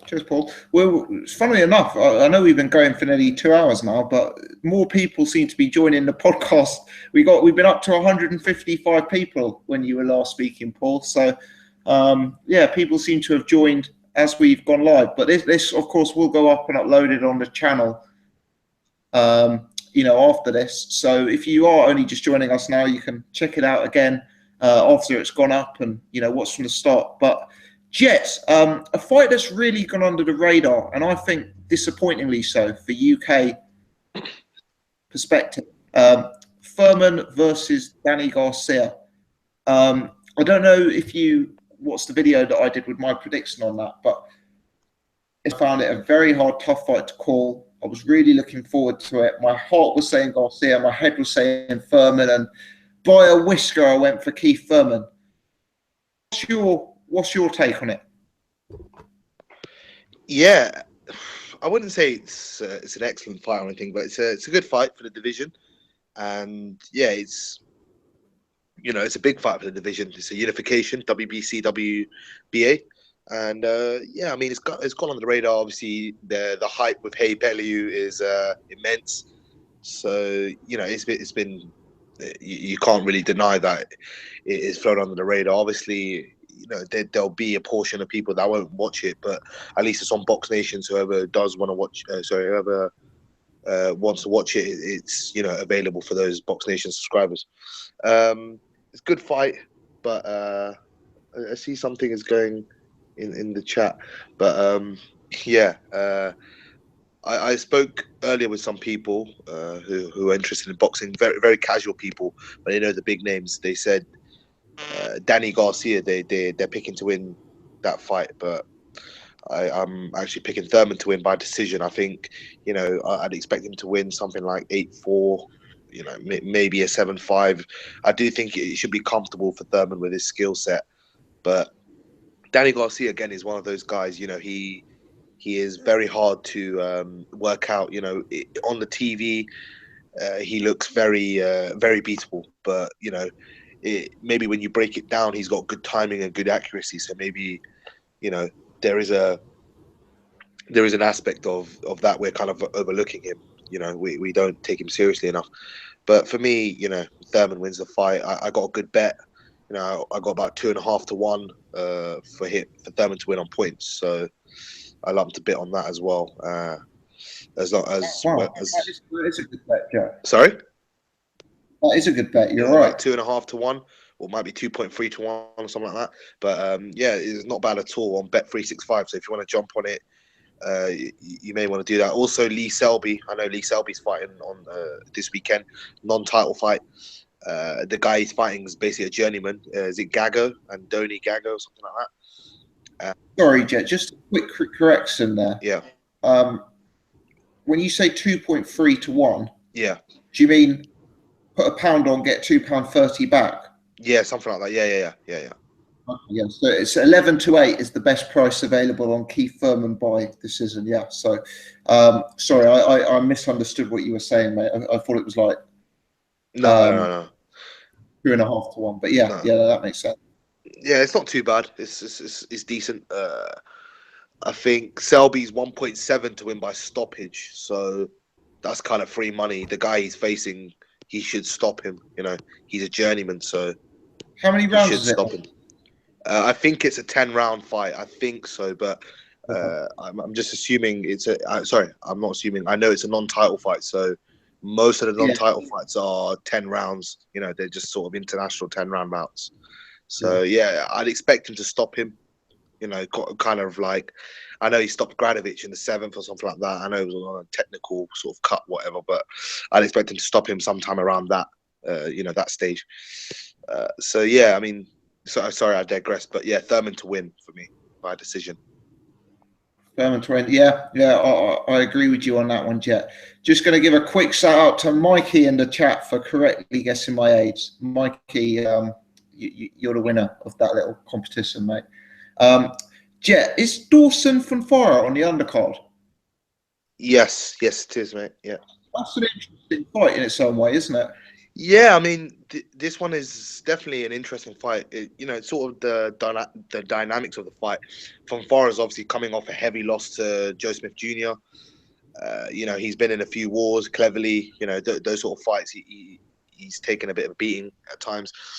Chad Dawson is obviously, he's coming off a win against a journeyman. In his most notable fight, obviously, he lost to Carpensi, split decision, I think it was. And he lost to Stevenson in 1 round. So, it's very touch and go. I know that fight might definitely, kind of split the chat and split, some people in the chat. So, yeah, I mean, Fonfara is a very heavy favorite. He's about, when I saw it, I think he's about 1 to 33 or 1 to 50 or something like that. So, I think the bookies are not giving Chad Dawson any chance whatsoever. But, Chad Dawson is live in the fight.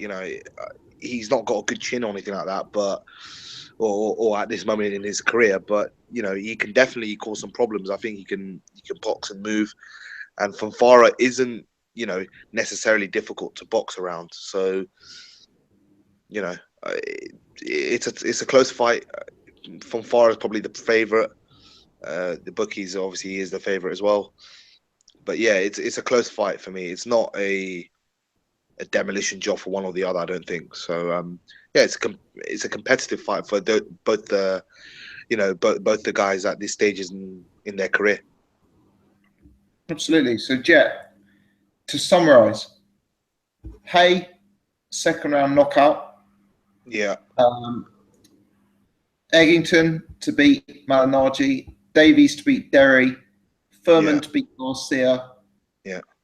And I'll reluctantly pick Fonfara. Probably by stoppage. Fantastic. Okay.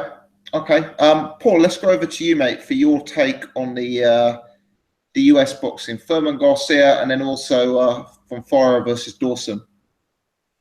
What, before Paul goes in, sorry, Paul, I just saw one of the comments and it says you're 41 years old, Gossip. I didn't know that. This is it. I still wasn't old enough to see Tyson Bruno, hey? I already told him he's 55. I told him that already. I don't know why they killed. Damn, man. I didn't know that, man. Yeah. Adam Smith is. It must be disappointed at that. I'm kidding. Yeah, sorry. Yeah, I've always been picking Thurman since this fight. was announced, I just think Garcia's. I mean, I don't think he's really proven at 147. For me, he was better at 140. I just think Thurman's a bit big. He will probably just do it. I mean, it'll probably be a similar performance to the Sean Porter performance, where we just boxed him on the outside and stuff. I kind of like. I was rewatching some fights earlier to see if it was going to sort of sway me the other way, but it didn't. I do think Thurman will win. I don't think he'll stop him, but I think he'll win on points. From Farah Dawson, I mean Dawson's live in that fight for sure. I mean I know he's getting on a bit and stuff, but he's had some good wins over the years, hasn't he? He's beat Hopkins, beat oh God, what fucking terrible with names. Glenn Johnson, he beat a couple of times, I think. Tarver, he beat a couple of times. I know it was a few years ago, but he's a decent fighter. But he is. I'm not sure if he's just shot. I think the last couple of people he's fought haven't been much, And like Jet says, he got beat by Carpensy, which. I think Fonfara probably will win. I'd pick Fonfara, but Dawson's definitely live in it. Fonfara got horribly knocked out by Joe Smith Jr., didn't he? So be unfortunate for him if he got like horribly knocked out again. If Dawson just came out and sparked him in the first as well, that'd be pretty disappointing for Fonfara, I think. But yeah, I mean, I pick him to win. He's probably the favourite. Does anybody know the odds on that fight? Fonfara is 1-5 on. Dawson's about 7-2, mate. Yeah. Yeah. I guess people just think Dawson's at the end of the road, don't they? Yeah, I mean, he probably is. He's probably got 10 years or something on Fonfara, hasn't he? So, yeah. Are we all picking Thurman then on the panel? There's nobody picking Garcia. I'm picking Thurman. Yeah, I think we're all picking Thurman. So we're all picking Haye. We're all picking Ohara. I'm the only one picking Malignaggi. We're all picking Thurman, and we're all picking Fonfara. So realistically, whoever is getting the gloating next week is around that Malignaggi-Eggington fight, isn't it? Pretty much. Unless John Smith comes on. Well, you never know. Remember when that little kid came on? When you put it on Twitter, the link. Oh, that was hilarious. Oh, I felt bad for him. I don't know who he was, but I felt bad for him. Oh, goodness. Yeah, not my finest hour. That I was meaning to tweet out the YouTube link so everyone could watch, and I tweeted out the Hangout link so everyone who wanted to watch live, unsuspectingly, was broadcast live to the millions of subscribers who follow my channel. Not bad. But there you go. These things happen. Anyway, guys, that has very, very nicely wrapped us up on exactly the 2-hour mark. So. We've covered a huge amount of ground today. If Irish Tom had been here rambling on throughout the entire 2-hour episode, we'd probably be here till midnight. But goodness, turned up and seeing as Seri has gone back into rehab after the Glowacki incident, we've made it through. Gossip's on fire tonight. Don't you think Gossip's on fire tonight? He's having a dig at everyone. This is the second time this has happened when we've had loads to discuss. We've said before the podcast started, we'll go through it dead quickly. Everyone's tried to keep the comments dead short and everything, and we've just got through it like rapid. Yeah. I mean, to be fair, we've still done 2 hours. But yeah, I was thinking this might be a late night episode tonight, and I've got a very, very early start tomorrow, so I'm delighted that it's not going to be a midnight finish for us tonight. But as always, gents of the panel, anything else to throw into the mix before we wrap it up for the evening? Nah, I'm good from my side. I've got one thing. I mean, is my question to you guys: can anything be done about the ridiculous refereeing and fucking judging and stuff that seems to be going on here? Like it just got me thinking with that Ian John Lewis draw thing at the weekend. Like, it's just so bad for, it's no wonder we've only had one or two like real top names come over here. They just don't want to come over here, and if this continues, surely it's bad for boxing and more importantly for British boxing. Surely, mate. Do you know what? Boxing is its own worst enemy sometimes. So we've got the performance-enhancing drug situation, where guys like Lucien Boutte, Alexander Povetkin are active in the sport. We've got this refereeing situation and judging situation where Ian John Lewis, as I say, he's a nice guy I've got a lot of respect for, but how he scored that 6-6, I'll never know. And that's not an isolated incident. The Crolla Linares scoring, the Ricky Burns scoring. There's all sorts of other ones we could come on to. You go to these events. Do you know what? I've probably been to 4 or 5 events in boxing in the last 6 months. Every single one of them, there's been a police level brawl in the crowd. There's been people beating each other senseless in the crowd. And like, I know you're turning up to what's an event where people are trying to knock each other unconscious, but it's just there's just so much conspiring against the sport. Then you've got the David Haye press conference with David Hayes calling the crowd retards, where Ohara Davies is making jibes about the minimum wage. You've got Angel Garcia going off on Keith Thurman, and I'm not going to repeat what he said, but everyone watching knows what he said. Like, how does that compete with the Premier League? Yeah, well, I mean, football cleaned up, didn't it? Like, a few years back, really made a sort of like effort to clean up its image and stuff. I think boxing might need to do the same thing. We can't just have referee scores like that again and again and again, and people getting robbed and stuff. It's just it's not good. It's not good for boxing at all. I completely agree with you, Tom. I guess my thought is, what can be done about it? That's the. Well, it's so hard. I mean, look, I don't want to come out here and suggest that I think Ian John Lewis should be banned. But what I do think should happen is he should be called into a meeting, whoever it is, British Boxing Board of Control, whatever, and forced to watch a 12-round replay with a panel of British Boxing Board of Control stewards and explain how he scored those 6 rounds to Ray Vargas.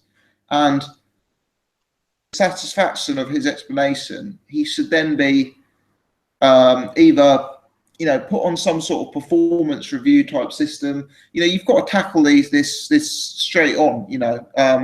But the problem is this isn't an incident that's isolated to one referee or one judge, is it? It's a regular thing. I think the other thing that we have to factor in is, look, what's amazing is Irish Tom has just said he had Boy Jones Jr. several rounds up against Poxton. So I do think there's some truth that watching boxing live is very different to watching it on TV. Yeah. I mean, I agree with that, but I don't know. For me, that McDonald Vargas fight, McDonald did very little in those early rounds. I just don't see a way, no matter where you were sitting, you could score that a draw. I think that if something like this happens, there should be, like you say, yeah. I mean, like sit down and have to go through it or whatever. But also, I think they should sort of like monitor it. Like if you get one decision that's sort of like controversial or whatever, then it should be you should be monitored after that. And it's people that are doing it again and again and again in certain situations that I think should be removed, because it's either incompetence or it's corruption. And I mean, I'm not saying that about any one particular person. Just generally, it's got to be one or the other, and neither of them really have a place in sport, you know. Yeah, and it does make it a hard sell, doesn't it? Like, you go to watch a game of football, I know you get like, was it a red card? Wasn't it a red card? Was it a penalty? Wasn't it a penalty?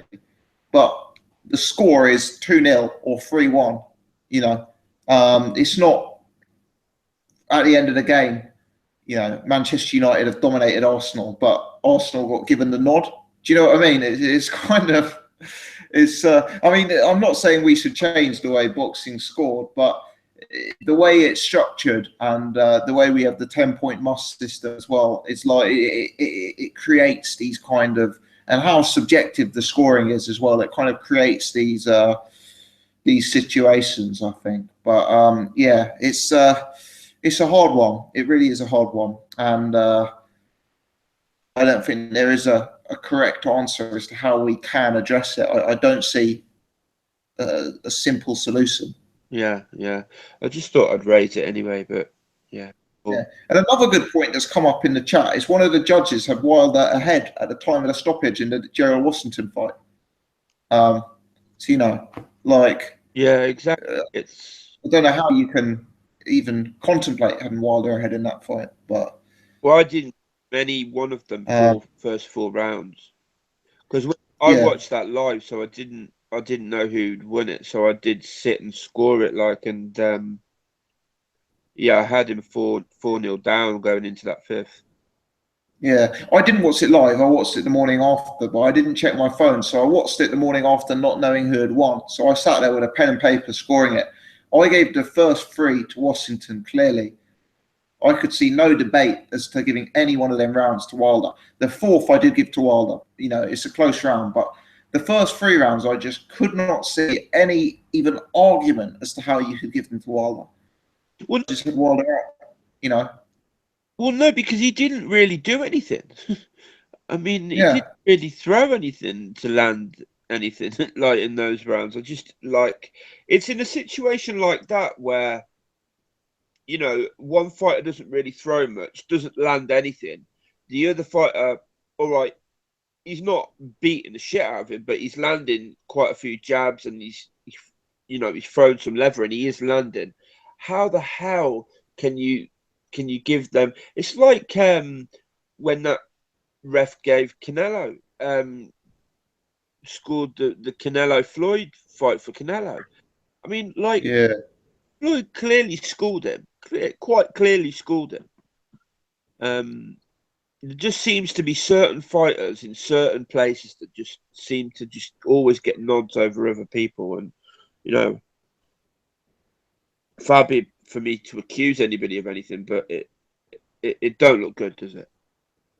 No, it doesn't look good, and you know, whether it's that those names who are constantly getting the decisions are so popular that referees are being swayed by the crowd and that sort of thing, or perhaps they're being swayed by the public perception, you know, seeing around as close and thinking the public will perceive that the A side is winning it, so they're edging to the A side so as not to appear controversial, you know, but it's not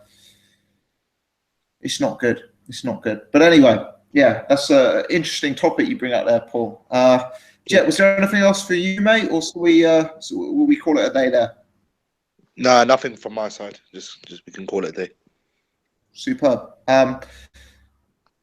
Both Paul and Jet for giving up their Wednesday evenings to do this with me this week. Thanks to Irish Tom as well for his cameo.